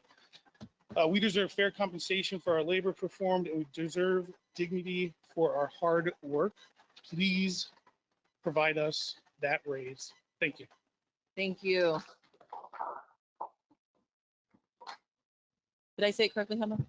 Hiba. Hiba. Thank you. Pardon me. That's okay. Hiba Santa Teague. Hiba. Thank you. Hi, everyone. My name is Hiba Mohammed. I want to thank my neighbors for turning out today. I've seen a lot of passion and care from all of you, more than I've ever seen from our city officials. So thank you for being here. I'm here today with a baseline message. Cut the Milwaukee Police Department's budget and reinvest those dollars in programs proven to increase community health and safety immediately and in the long term. Specifically, there are 4 priorities I'd like to demand investment in. The first is an increase in funding to replace all the lead service lines in Milwaukee immediately and not on a 10-year timeline. Thank God for the community members who are and the organizations doing the work, leading on lead education and making a material difference in people's daily lives. They really shouldn't need to do that if the city was doing its job. Related, MPS needs help in funding lead abatement as soon as possible. I've heard city officials pass the buck on this, saying that the city is not responsible for that, but you should be and you could be, and in the past there has been city investment in MPS. Third, I've not recently heard updates on the libraries damaged or closed from the flooding. The services provided by libraries, including being open on Sundays, are a vital aspect to our communities. Whatever funding it takes to reopen those closed libraries and to continue investing in life-saving programs for our community must be invested ASAP. And I support the increase in wages from our city workers for 6.5%. I know that is an under ask from them as well. I know that they pre-negotiated this for the city. I think you all deserve more and should be asking for more, frankly. All these priorities being met would make our communities healthier and safer than any police programs or anything that the department prioritizes. Cutting MPD's budget now and funding these programs that have been proven to help us, not criminalize and oppress us, is the answer going forward. I also want to point out that not a single person who's spoken today has asked for more policing or more police funding. 30 seconds. Act 12 sold out our city and is not the game changer that our failed city leaders say it is. And related to that, I want to specifically say, don't fund police surveillance technology and programs. And specifically, I'm asking you to ban facial recognition technology, which has been a topic in our community, because I don't want to see it on a future budget and have to deal with that in our community. Thank you, Hiba. Santa Teague, Virginia Vaughn. Santa. Good morning, everybody. Thank you for allowing me a few minutes to speak. I'm a resident member of the CDA Council. I want to thank you on behalf of everybody that came before me and everybody that comes after me. Santa, come a little closer to the microphone. I'm here to speak on behalf of DPA. Please consider additional funding for the down payment assistance grant. With the current proposed budget, only 85 families would be getting assisted this year. That would be leaving 3,000 families that go through counseling each year left behind. Working on the funding for down payment assistance will also help stabilize communities, give homeowners an option to create a safe environment for their children, their families, secure a safe space where they could house a family member or a friend that is struggling, creating a safety environment for everybody, and also reducing the risk of needing additional policing, home displacements, um, and people struggling with all the different aspects that have been brought up through everybody that came. Allowing everybody a chance to speak, it's giving us a great honor because you're taking the time out of your weekend to hear us out. We are a community. We want to be a safe community for everybody around us. We want to create a safe neighborhoods. On the last storm, we had a bunch of trees falling down. I'm glad to be in a community on District 13 where most residents came out and removed the branches, not waiting for city officials or city employees to come and take care of it. We took pride. We went and checked on neighbors, making sure everybody was okay to create a safe environment, a sense of community. Making things better takes time, but it also takes an effort and a step in the right direction right now, allowing people to become one in a community. Thank Thank you. you. Thank you. Okay. May I have your name? Virginia. Virginia, Dupree, okay. Yes. I'm here. Good morning, everyone. I'm here about the home assistance buyer program. And I want to speak about, I'm a member of the the Resident Advisory Council of the CDA, which is the Community Development Alliance. And I just wanted to say stable housing means stable families and stable neighborhoods. Study after study shows that families in stable housing have higher educational outcomes for their kids, higher employment rates for themselves, and better health for their entire family. Investments in housing, particularly home ownership, has been shown to decrease crime and stabilize neighborhoods. Milwaukee should be a community of homeowners, not a community where residents in dozens of neighborhoods are forced to be renters. And what I would like to see is the homeowners assistance, buyer assistance program still have the same amount of money in 2026 or even more. Thank you. Thank you. Valerie? Yes, I'm Oh, perfect. Valerie Langston. Okay. Is this, can you hear me through this? Oh, yes, Valerie, please. And then I Okay. have Teague. All right, thank you.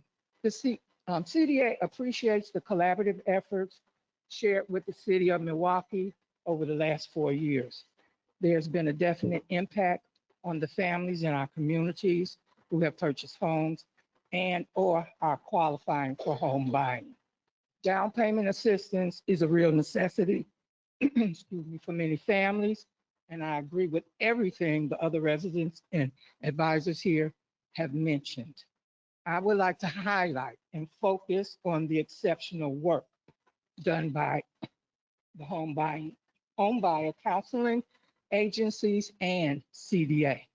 The strategies they have employed to increase home ownership over the last few years since 2022 has yielded phenomenal results. That is 1,000 homes purchased by Black and brown families, an historic number for the city of Milwaukee.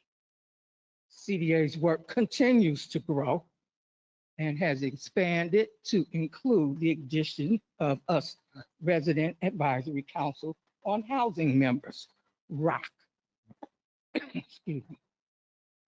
We ensure that the concerns of residents have a seat at the table and a voice in the processes.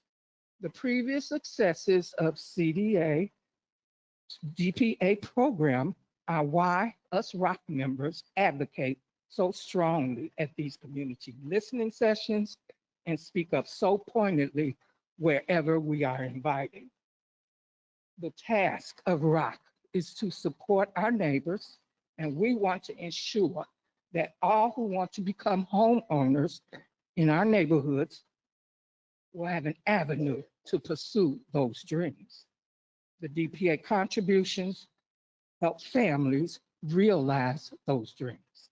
We know that stable families in stable housing contributes to stable communities 30 seconds. and all the other positive outcomes mentioned by the counterparts. I usually talk faster. I'm gonna finish this. As we can see from this visual aid that you council members do have, it was mailed out, that a substantial number of families are going through the first-time home buyers counseling program. Approximately 6,300 people between 2022 and 2025. The need for DPA funding is needed now and evidently in the future. And CDA is serious about supporting the work of homebuyer counseling agencies, consistently meeting the needs of these families. So we are asking for sustained funding to be considered. This program has helped house approximately 1,800 families. And with the wait list previously mentioned, we implore the budget to at least guarantee funding of $1.55 million yearly going forward. Thanks for hanging in here with me. Oh, thank you, Valerie. Okay, Teague, are you speaking, sir, or you're joining? Okay, because I want to make sure I get everybody as a group. Teague, Whaley Smith. Good Then- morning. Wait, Teague, pardon Yep. me. Vaughn, Chip, Jordan. Thank you, Teague. Thank you, Chairwoman and members of the committee. First of all, thank you for hosting this as a first-time experience for people to come out and tell you how they feel about the budget. It's really awesome to see you on this Saturday morning. There's been some numbers thrown around, and I just want to add some context that you all started this program in 2021 before ARPA was even a thing, and you funded it for $1.4 million. In 2024, you actually funded it for $2 million. And last year you funded it for 1.55 million. And in the last 2 years, less than 10% of that was ARPA funds. So we have figured out how to do this. The average contract that you have executed with homebuyer counseling agencies over the last 5 years is $1.7 million. And allocating only 600,000 is over $1 million cut to this program, which would impact 150 people looking for home ownership. But those are budget talking points. We need to talk about people. In our city, between 2008 financial crisis through 2019, we lost 1,000 homeowners of color each year. But something very cool happened in 2021. We all started working and investing together. You all have invested $9 million in down payment assistance since then. That has been matched by other philanthropy and other resources. In fact, over $50 million has been invested in homeownership. And for the first time in 15 years, we have seen an increase in Black and Latino homeownership at the same time in Milwaukee, and that has increased the entire stability of our city. And so we have a choice to make. You all sitting in front of us have always been on the side of down payment assistance, but it seems like the work gets harder and harder for you each year. So we're here to support you to restore it to at least that $1.55 million so that we don't start going backwards and losing homeowners of color in our city. Thank you. Thank you. Vaughn Mays, Chip, Wall, Jordan White, Asia, Drea, and the last speaker is Kim. I went all the way forward just to make sure everybody's present. That'll be our last speaker in public. Mr. Vaughn Mays. Thank you. Reiterating the thank you to having this. I will continue to encourage people to fill out the survey for those who could not come. But I'm here in support of both alternative policing, which would be CVI, and prevention work, which I work in, and also the fire department and EMS. It's funny that we're having this in a library because just yesterday we were called to a different library site because some young people were being unruly and they did not want to call the police, but they had to lock the building down because people were afraid of them, and we got the call. I think prevention has been shown to work, but lacks the investment. From issues from Water Street, NPS, State Fair, Juneteenth, et cetera, we have done and continue to do the hard and necessary work, and I think we have shown and proven the value of that. I want to also again reiterate investment in our fire department and EMS, because not only do our teams focus on prevention, we also, my team specifically, have made partnerships with places like the fire department to get our people trained in first response, EMT, all of these different life-saving training. So we are able to fill in those gaps for both EMT before they get to the scene, and things in law enforcement. So again, we're talking about prevention. We're talking about lacks of numbers in the department, officers that are not out here. We fill in those gaps, and we are unable to do that with maybe we have 30 or 50 people in total out working prevention for an entire city. We can do that with those lack of officers if we had the support with more people. Myself, I have a team that is trained in a lot of this stuff, but I only have 2 other people on my team. 30 seconds. So, and we are restricted to zones, but my team does stuff in our zones and outside the entire city. So again, prevention works, prevention matters. We do work in everybody's district. And so I would hope that that support is there, regardless of the previous stuff, the past stuff. We need to have that work move forward and fully support it. And so I do hope to see the Office of Community and Wellness and Safety do the work to be more transparent with the people about what prevention looks like. I'm available if people want to know what prevention looks like, if you have questions, but please continue to support prevention and the fire department. Thank you, sir. Thank you. Chip, Jordan, Aisha, Drea, Kim. Those are our final speakers in person today. Unfortunately, Chip Wall had to leave for the No Kings protest. May I say one brief thing on his behalf? Could you keep it short, sir? I'll keep it very short. So Chip Wall is a water operator over at Linwood Water Treatment Plant. I mentioned before how we're being forced to have full year probation in case we are, for new appointees as well as people who are being promoted. They're forcing folks in water operations into promotions that force them to take a 19-cent pay cut. So that is what Chip Wall wanted to speak on while he was here. So thank you so much for the time. Thank you. Thank you so much. Jordan White, thank you. Is Asia here? Okay, if you can, okay. Drea and Kim. Jordan. Okay, so in this meeting, during the proposal of the budget, I just really felt like it was being talked over our heads. Like I feel like it wasn't meant for us to understand it. It was kind of just being talked over our heads. And we are people. Like look at me. We are all people in this room. We're not numbers. We are people. And I think that matters. It all honestly just sounded like fluff. I've heard anything geared towards the youth. We're splurging all of this money policing our neighborhoods and our schools, but y'all not even giving the youth anything to look forward to. Y'all are pricing us out of our own neighborhoods in Milwaukee. Look in this room. Do y'all see any youth in this room? I'm 19 years old. Do y'all see any youth in this room? No. In a second, the youth is going to be priced out. Y'all want to police all these YNs in our communities, but y'all not even giving us anything to look forward to. We are people and we matter. All of these things that people are coming here to talk about and voice their opinions on, it matters. But the youth, we matter too. We are the next generation to be raised up. We are not numbers.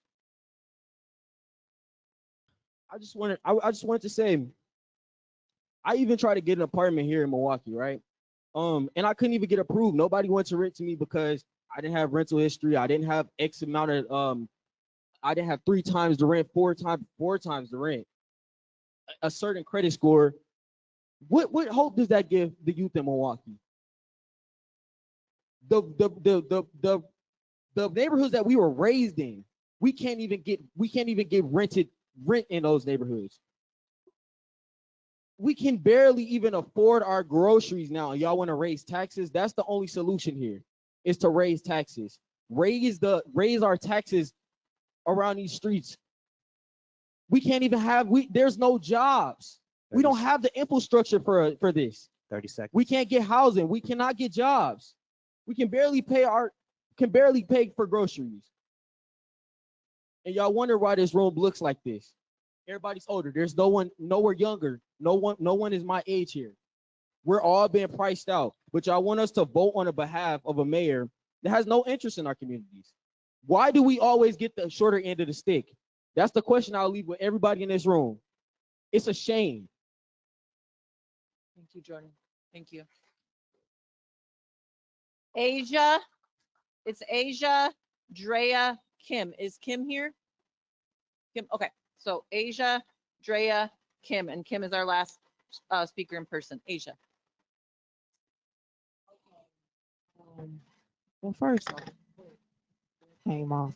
Well, first off, okay, I really pray that Jesus bless you all, because I know it's not easy to be in a leadership position, okay, and make decisions, especially when it comes to money. Okay, money break up in friendships and break up families. So I know, when it comes to a budget for an entire city, the weight that's on y'all shoulders and whatnot. But I also pray that y'all let God lead y'all in this decision making, okay, when it comes to this budget. Because city workers should not be begging for money that's rightfully theirs. The last thing we need is for city workers to go on strike. Just pay the people the money. It's in the title, city worker, meaning they work for the city. If they don't work and they go on strike, the city shuts down. And then it just puts us, the people, in just more of a disarray.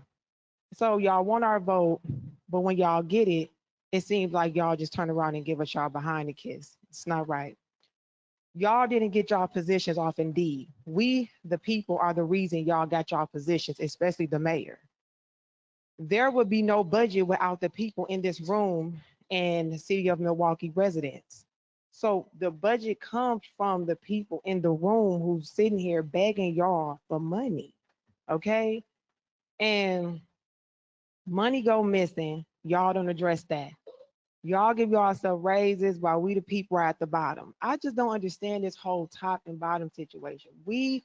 Y'all at the top, we at the bottom, but I'm just like, but when y'all want something from the bottoms, the people, the bottom feeders, y'all all in our neighborhood, signs, campaigns, commercials, Fox 6 News, vote for me, y'all. Y'all knocking on our doors, trespassing, all type of stuff. When y'all want our vote, y'all y'all go to the dry cleaners, get y'all suits pressed to come in our neighborhoods when y'all need us, and then get us all riled up with these false promises y'all not gonna keep. And then when we come to y'all with problems in our neighborhoods, y'all came and told us y'all were gonna help us. Y'all get indignant and be like, oh no, I know the beggars are not begging.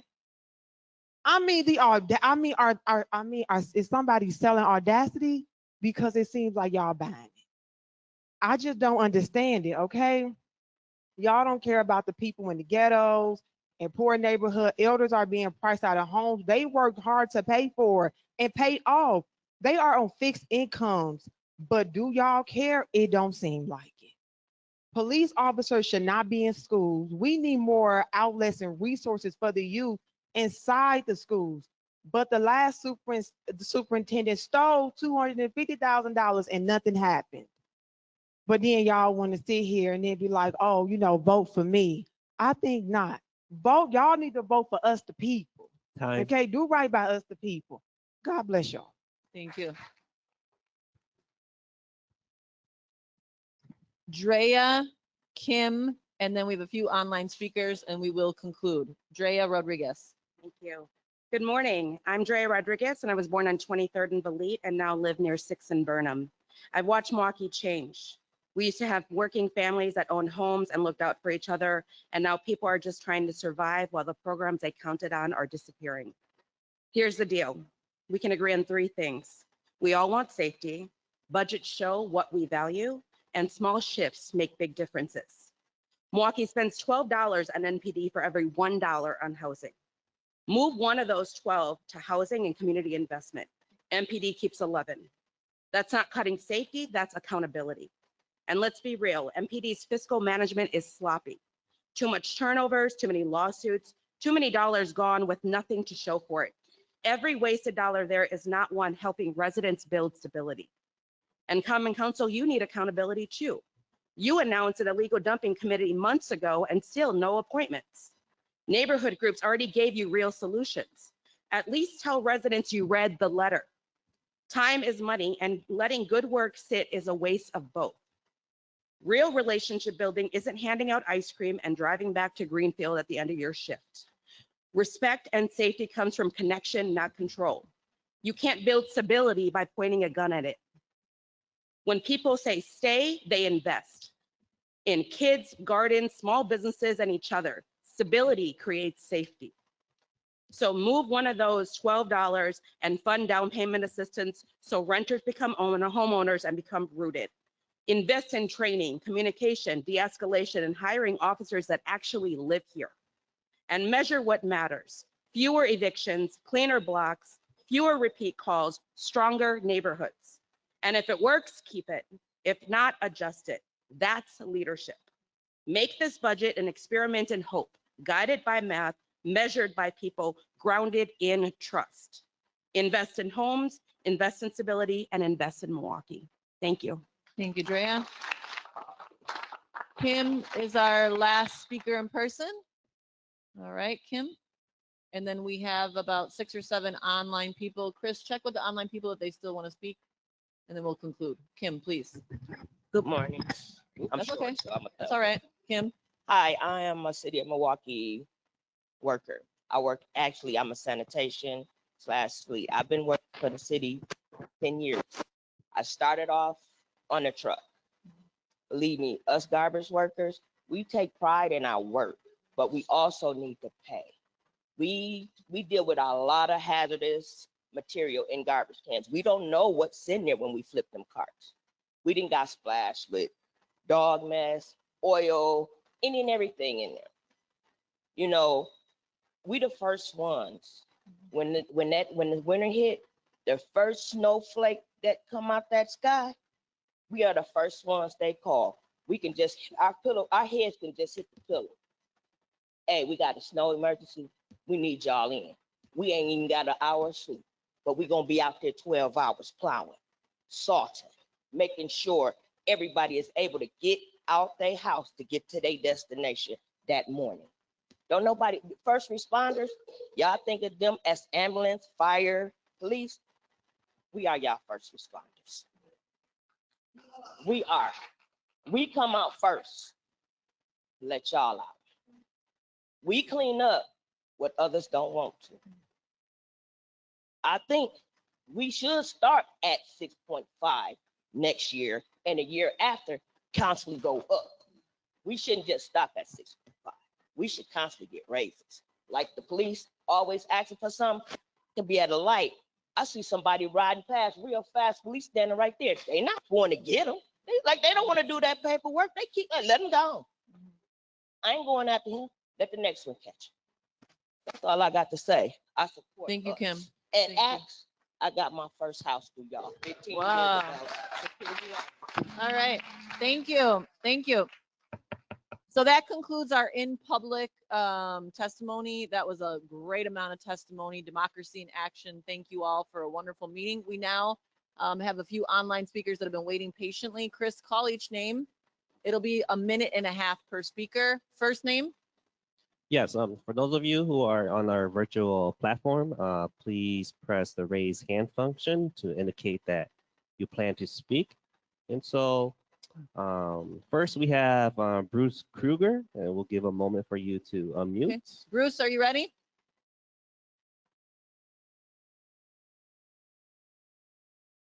Unmute if you're ready, Bruce. If not, we'll move on to the next person. I'm ready. Thank you. Appreciate Go the ahead, Bruce. opportunity to input into the city's 2026 budget. I would like to speak to the solidification of the doula program. It's at its current funding level and a request to redesign it based on expanding postpartum activities, which Diane had outlined has a number of significant benefits, not only for residents, but for the stability of the program itself. A postpartum doula program includes improved maternal mental health, increased breastfeeding, initiation, and the promotion of safe infant care practices. Doulas provide crucial emotional support. They reduce feelings of isolation, and they can help families navigate the physical and emotional challenges of the postpartum period. Specific areas of focus: maternal and mental health, emotional support. As Diane mentioned, most infant deaths occur within the first year, as evidenced by some of the neglect. Silence in the room, please. And other issues that we see in in the local media, doulas offer a non-judgmental presence to help parents process emotions. They empower parents. They improve general wellness and coping skills and provide crucial education on the signs of postpartum mental health issues.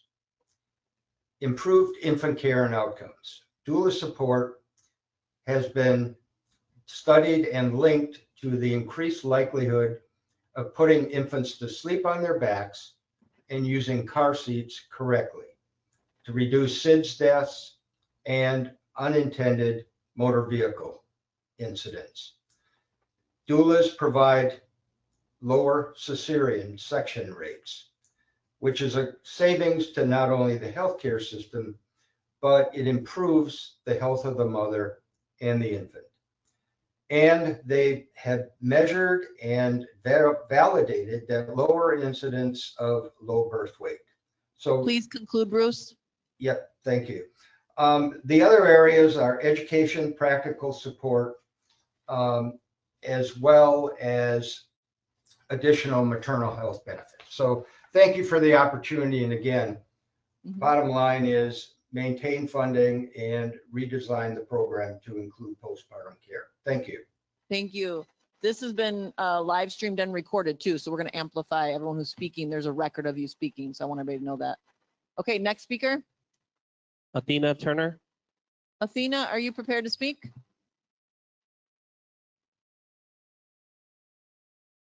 Give you a moment. Please unmute yourself. Athena, are you prepared to speak? Yes, I am.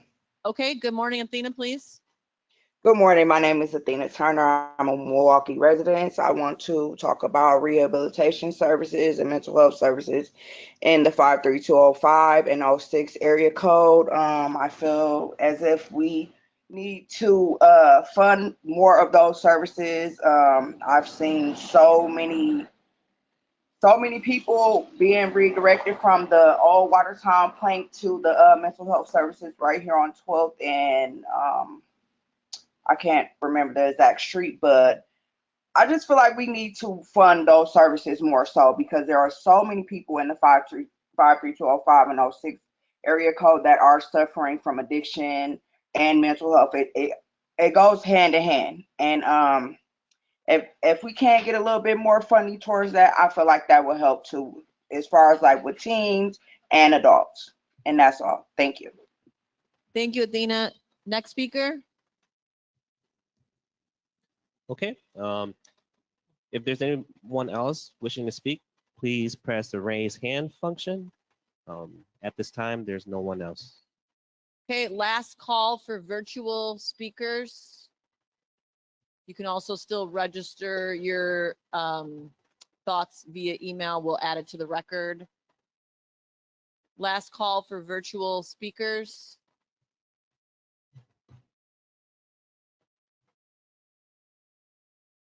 Thank you to the online people who waited. I appreciate it. I'm sorry that we maybe didn't get to all of you. Last call for virtual speakers. You could raise your hand or unmute yourself. Okay, with that, I want to thank each and every one of you for being here. This was a wonderful couple hours of democracy, local democracy in action. As a reminder, this was the mayor's proposed budget. The other branch of government, the legislative side, the side that's closest to the people, took the time Saturday here to be with you and listen to you. We will now be proposing amendments to the budget. Budget amendments will be considered on October 31st. So please stay tuned, stay in communication with us. This has been recorded. It'll be pumped out into Channel 25. We'll send it out and thank you all. Your voices really matter. Your time matters. On behalf of the Finance and Personnel Committee here today, I thank staff. I thank each and every one of you and have a wonderful day. This meeting's adjourned.